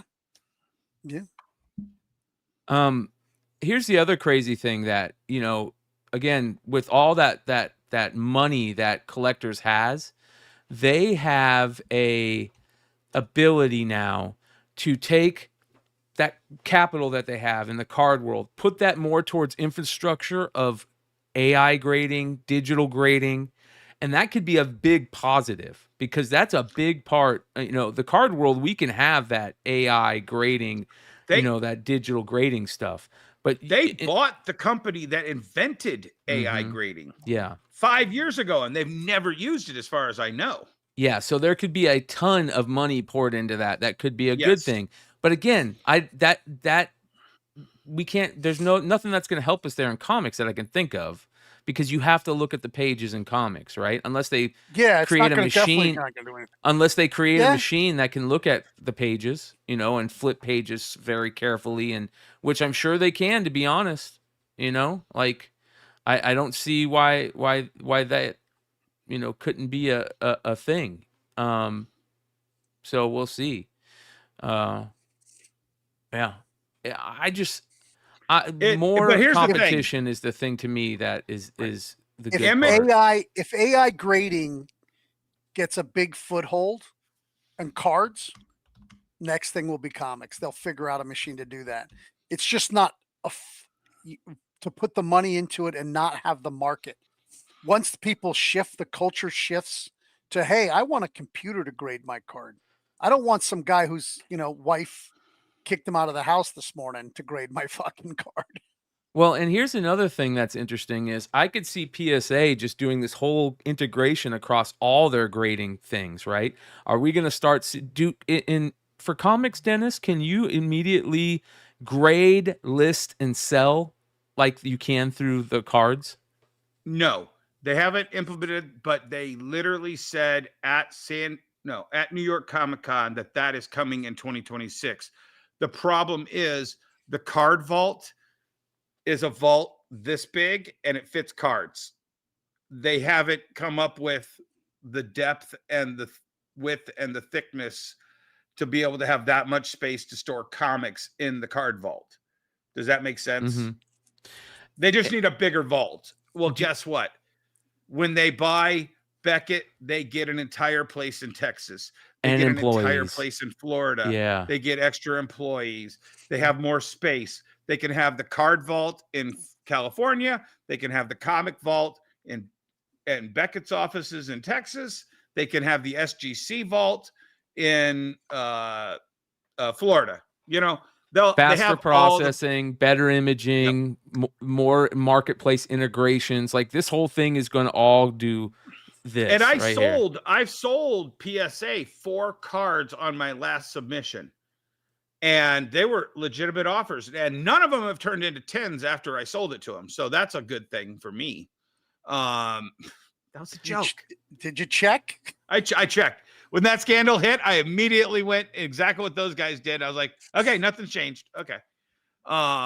It was that Fleer Finest Jordan. I submitted those 2. Remember, Emmet, you were there when I submitted those? Yes. Yeah, and they came back a 9 and an 8, and they had legitimate offers for both of them. So I was like, that's fine.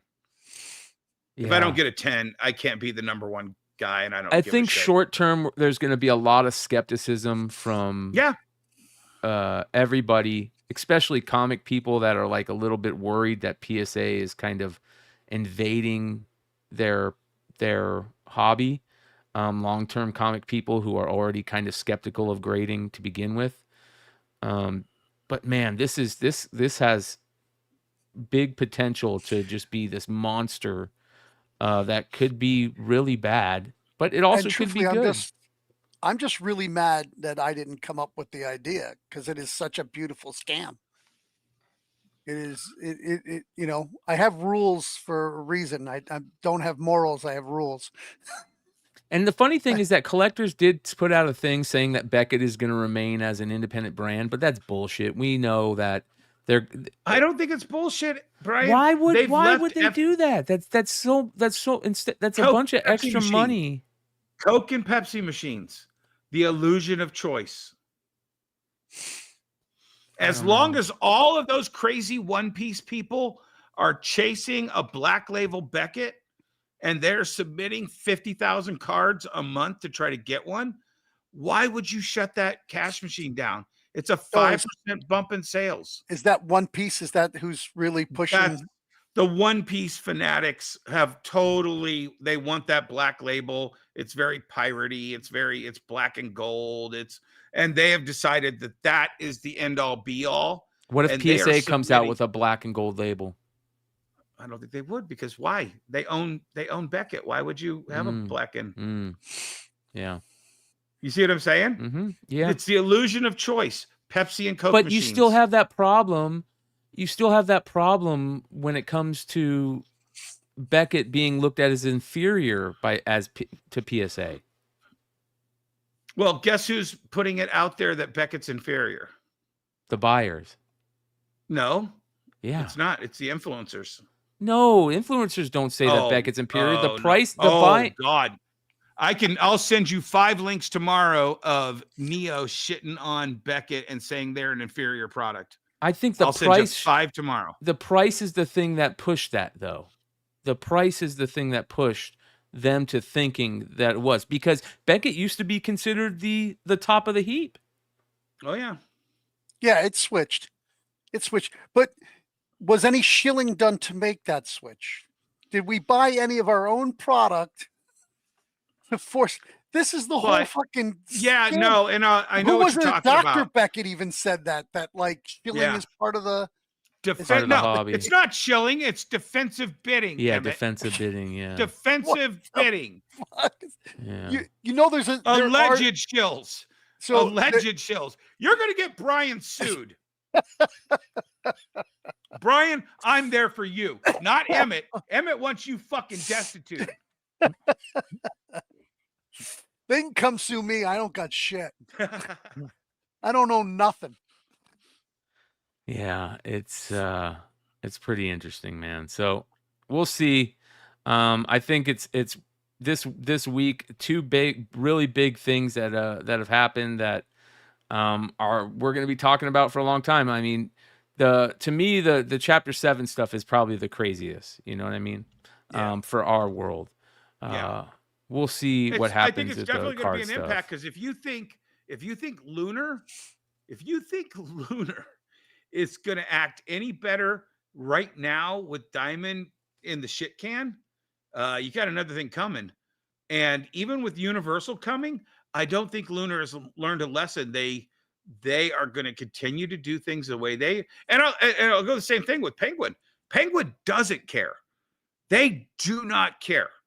They took on that extra weight just as a benefit to kind of their market share with Marvel, whatever they took on extra. I think it was to sell more books.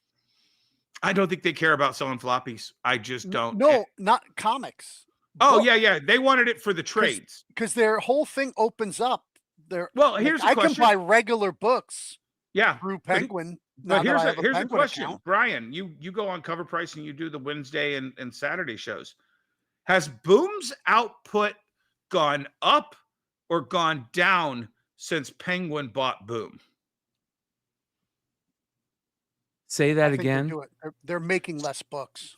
Okay, well, that's the question. After Penguin Random House bought Boom Comics, Boom Publishers, did Boom's personal output go up in terms of floppies, in terms of monthly titles, or did it go down? I believe it went up. I mean, I feel like more stuff is coming out of Boom. But I don't know. I could be wrong. Emmet, you think it's down? Oh, I think it's down. And that's what I would say is I think Penguin doesn't buy a Boom. At its height was like 10 books a month. Yeah. 10 sometimes titles more. A month. I don't think they're 6 now. I don't know. That's a great question. I haven't. Yeah. And to me, that's my litmus test for does Penguin want to sell floppies? They bought a publisher that mostly sold floppies. And then if they produce less floppies, they don't care about the floppy. They're buying it to get the trades. They're buying it to get to the IP. They're buying it to get to a different place than what Boom was to retailers in the comic community. And that's all I'm saying. Right. I don't have a horse in this race. Right. I'm just the last time Something's Killing the Children issue hit?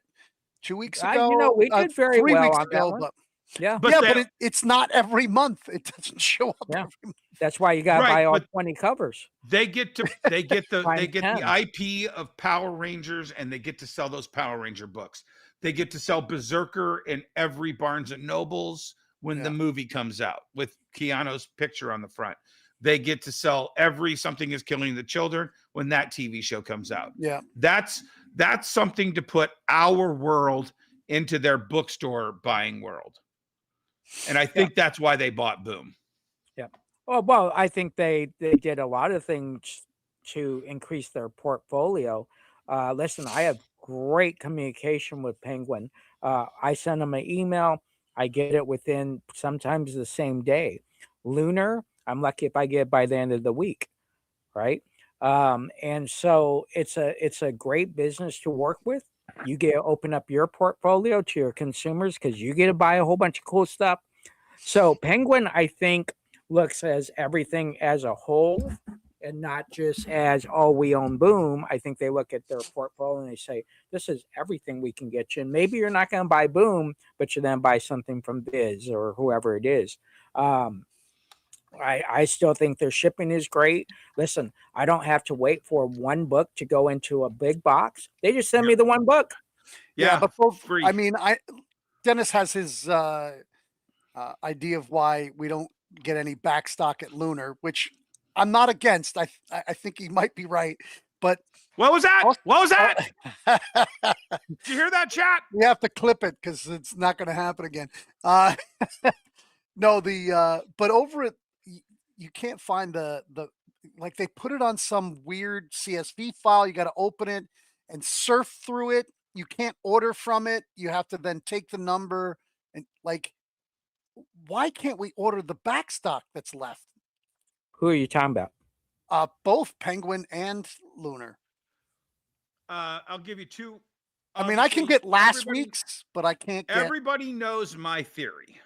My theory is that Lunar is buying and overproducing the DC stuff so they can take the overage and send it over to Discount Comic Book Service so that the customers or the retailers that didn't order enough and need to order more, they're going to lose the sale to the customer, and the customer is going to go to their website to buy it from them. And they don't actually have to buy it. Right. It's just From shifting it DC. from one warehouse to the other now. Right. But Penguin, I think, is the other direction. Penguin is running just in time because they don't have the space. They don't care. And they are just selling out. And maybe there might be a secret deal with Marvel and some retailers like, hey, make sure you get this overstock so that it's out of Penguin. So you over order this and we'll give you a kickback or something like that. Whatever that Penguin runs out. And I don't think there's any place where Penguin's overstock goes other than out into the ether. Yeah, sure. And if you're focused on turn rates, that's the way you should be doing your business. And I think that's very, very important. It's you have those stories, look at Lightfield right now saying the numbers aren't correct by using only 120 stores to create what is hype and not. We just work in a company. Actually, and here's the thing. I'm watching all these podcasts now. I've actually expanded my comic podcasting circle. I don't know how many people are using absolute verbatim sentences that the four of us have said on this show in their podcasts a week later. Yeah. I heard one podcaster today say pivot 10 times. Okay. I don't think I heard the word pivot from when it was in the episode of Friends to when I started using it on a daily basis on this show. And now I'm hearing one podcaster say pivot. Yeah, exactly. Exactly. So they want us to say it first, and then it's okay. Yeah. Once we say it. Yeah. But the point is that these little fringe tinfoil hat Dennis and Jesse and Emmet ideas that come out of this show are becoming mainstream. It's like what Cicada just said. Dennis proved the backstock hijinks. It's a proven conspiracy now. LOL. But it kind of is, because Emmet just agreed with me and he was disagreeing for a year on that crazy conspiracy. But after you've spent a year of going, why is this 2-month-old book not on here, but I can buy it for 35% off on Discount Comic Book Service? Which is the same thing I get from DC. So what the fuck? Right. I might as well just buy it from them. Yep. And it's after a while, you just have to admit, I'm not as insane as everyone thinks I am. Right. But I am insane. Yeah, you are. Just not as insane. Keep in mind, and this is no disrespect to Brian here, most podcasters aren't in the industry, don't have stores.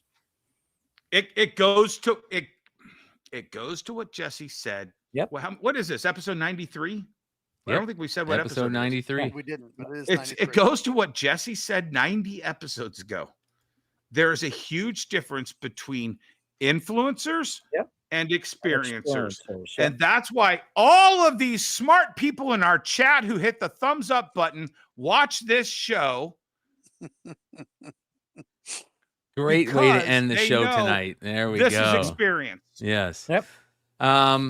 Anything else you guys want to say? Anything before we end the show and jump on over and start the midnight event? I have a couple pickups. All right, let's get into them. Okay. I had so much stuff I couldn't choose. So I went to Texas, Mississippi, Georgia, and Alabama and picked up a whole bunch of cool stuff. But what I picked up was, well, let me show you the cool stuff first. So I did pick up this kind of cool, right? It's the finger one. Awesome, cool. Have to put it high so kids don't play with it. And then I picked up this pretty cool Mortal Kombat. Oh, awesome. That's kind of cool arcade. But what I picked up the most, and I was so excited about, I picked this up at a half price books in Fort Worth, Texas. And I think I have found the ugliest shirt in history that I bought. And even they said that shirt had been there for like 10 years. And I had to buy it. And I have to show you guys, they technically gave it to me free. When I got up there, they gave me a coupon for $5 that paid for the shirt. This is the shirt I bought. This is a Star Wars shirt. Boba Fett looks like it's a thong pair of panties. Yeah. But wait till you get to the bottom. It has a blue pocket in it. That was my big pickup. What the hell is this blue pocket for? Right? So anyways, I picked up a ton of cool stuff. It was fun traveling, picking up stuff. It took me 3 days. I will tell you, I will leave you on this. Never leave your ticket or never lose your ticket to the parking lot. So I was doing my live show Friday night and someone said, did Shannon take you to the airport? And I said, no, I drove. And then I realized I forgot to pick up my car. So it's been 5 days at the airport. I couldn't find my car until I got smart enough to hit my alarm button. And then it was like one row over. 30 minutes later, I can't find my ticket. So I'm like, crap, what am I going to do? So I go down there, I pull up and I show the guy my ticket from Monday. He goes, we can't use that. So after an hour, a supervisor finally comes down and says, well, because you don't have a ticket and you admitted you've been here for 5 days, we're then charge you for 6 days. And then we're then charge you an administration fee of $150. So it cost me $320 to get the car out of Hawk because I said, I'm not going to pay this. And they're like, well, then you might as well go ahead and back up because you ain't getting your car. Yep. So don't lose your ticket for the parking lot at the airport. Has anybody in the chat watched Better Call Saul? Literally, Jesse decided to have an argument with Mike Ehrmantraut, the parking attendant, and you'll never win a battle against Mike. Yeah, period. Exactly.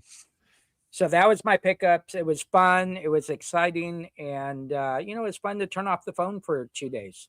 Yeah. Oh, yeah. Awesome. So, I honestly don't even remember what I bought. Brian, can you pull up my Instagram? Let's see. Saturday, I know I picked up a sliver deck, and I have to tell this story. So I picked up a sliver deck. Do you know what that is? Yeah. yeah, it's Magic the Gathering. Yes, it's older Magic the Gathering. Yeah. It used to 94, 93, Yeah. 94. So I go through this entire shoebox because the second I picked up the first stack, there's like 5 slivers in it. And I'm like, I've never seen a sliver deck from that era that didn't have a sliver queen. It was a $2 card when that deck came out. Yeah. And I went through every freaking card. Tons of land, tons of $1 slivers, a couple other cards. And I go through the entire box and I'm like, no sliver queen. Okay, fine. I made him an offer. He was happy. He was ecstatic actually with the offer. Day later, I start going through the box to sort out the land from the cards that we're going to look up and see what's $1 and what's a quarter. And stuck to the back of one of the basic lands was the sliver queen. And that's a $250 card. Yeah. This guy had no idea what any of this was.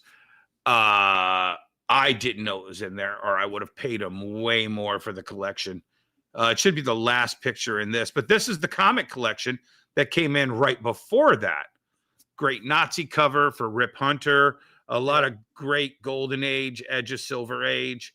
You can see And then that's cool. This was a second collection of moderns. So some decent ones. First, Jubilee was in there. Just some funny books. Some more. Couple horror. That Sliver Queen is the card up there at the top. Yep. Yeah. Yeah, there you go. So that's a $250 card that was in a shoebox. It was the most valuable card in that entire box. Yeah. And then what's my other Instagram? There was another day of something that's stupid. I know you sold some of your you sold a couple of these, right? Oh yeah, this was can you read it? Because it says Laserdisc, but is that a Laserdisc or is Brian, that I need someone to read this because I wrote this myself. 24 hours apart, 30 miles away from each other, I sold 2 Laserdisc players to 2 separate guys this weekend. A feat not accomplished in Salesman of the Year, Chad Bradford, in 1995 at Circuit City, Newark, New Jersey. 30 years, Wonderworld Comics, Dystopia Monroe, Cosmic Pop Retro. I don't think anyone has sold 2 laser discs in a day since 1995, and I'm that guy. That's funny. There you go. Is that a combo? Is that a Laserdisc and a CD? And a CD. Yeah. Oh, okay. Yeah. Hey, Gary, you know what's funny? Gary just said take a picture. And I'm like, you know what? I spent an hour looking for my car. Can you put me on the big screen real fast? Yeah. I just realized I did take a picture saying level 2, row J. That would have saved me an hour there. So I did actually take a picture. So, but he meant of the ticket. Of the ticket. Oh, I know. I should take one of the ticket too. So I don't really have it is a pickup, but it's for me personally, but it also leads into the pivot. One of the pivots I'm going into next year to see if it'll work. I picked up these Levi jeans at I think I talked about it last week. There was a vintage pop-up. This is them. They actually are different. They have like a little leather piece on the back pocket. Oh, those are awesome. Yeah. Yeah. So I got these for $20 at this vintage pop-up show. These are $100 Levi jeans. Yep. So I have bought storage units and houses and all that stuff. I have so much clothing that I'm going to do 2 pop-ups next year, probably one in January and one in March. And if they go really well, I'm going to find a place and open up a thrift shop, vintage and upcycled, because upcycling is coming big too. And that's finding fabrics that were used for other things, bags, remember the big gondolas that actually were made out of burlap and canvas, gun. You know what I'm talking about. Yeah. So reusing that stuff is really, really hot right now too. And so it would be an upcycle and vintage shop, which I might happen next year. So yeah. You know what's funny is I sell vintage shirts just like you guys. I have not sold one new shirt since I've been open for 4 months. Everybody wants the vintage shirts. And some people are like, hey, you got a new shirt over here. I'm like, well, is there a law against that? All right. Just don't buy Eggplant, it. Don't buy it. It'll be vintage one day. Yeah. Eggplant, that's a great question. And I'll tell you right now, Emmet refuses to. I actually send the more expensive stuff off to get dry cleaned. That way you don't get the dry rot. clean, but I actually do take them to they'll rot if you don't laundromat, and I wash them myself at laundromat. Okay, so you do clean. You told me you didn't clean some of them, so yeah, a couple of weeks ago you said no, I don't clean that stuff. It was when I showed off this Jay Giles band. Clip it. Yeah, no, absolutely, you're right. Some of the T-shirts I don't, if they came from me in a laundry, like they were laundered already. Smell I don't test. rewash them. Yeah, I gave it the smell test. I was like, wait, did I wash this? I can't even remember. When you sell a Golden Age book, right? We do a smell test on it. Now you got to smell test your shirts. All right, guys. Right up. Thanks for hanging with us. We are going to head right over into the midnight event. It's going to be a lot of fun. We're going to have a blast. If you're up late with us, come hang with us for a couple hours. Tomorrow night, we'll be back for Wednesday Night Review with even more blind bag openings and your new comic book day news. We love you guys. Thank you for hanging out all night with us. Episode 93 of the Industry of Comics Show. We're out.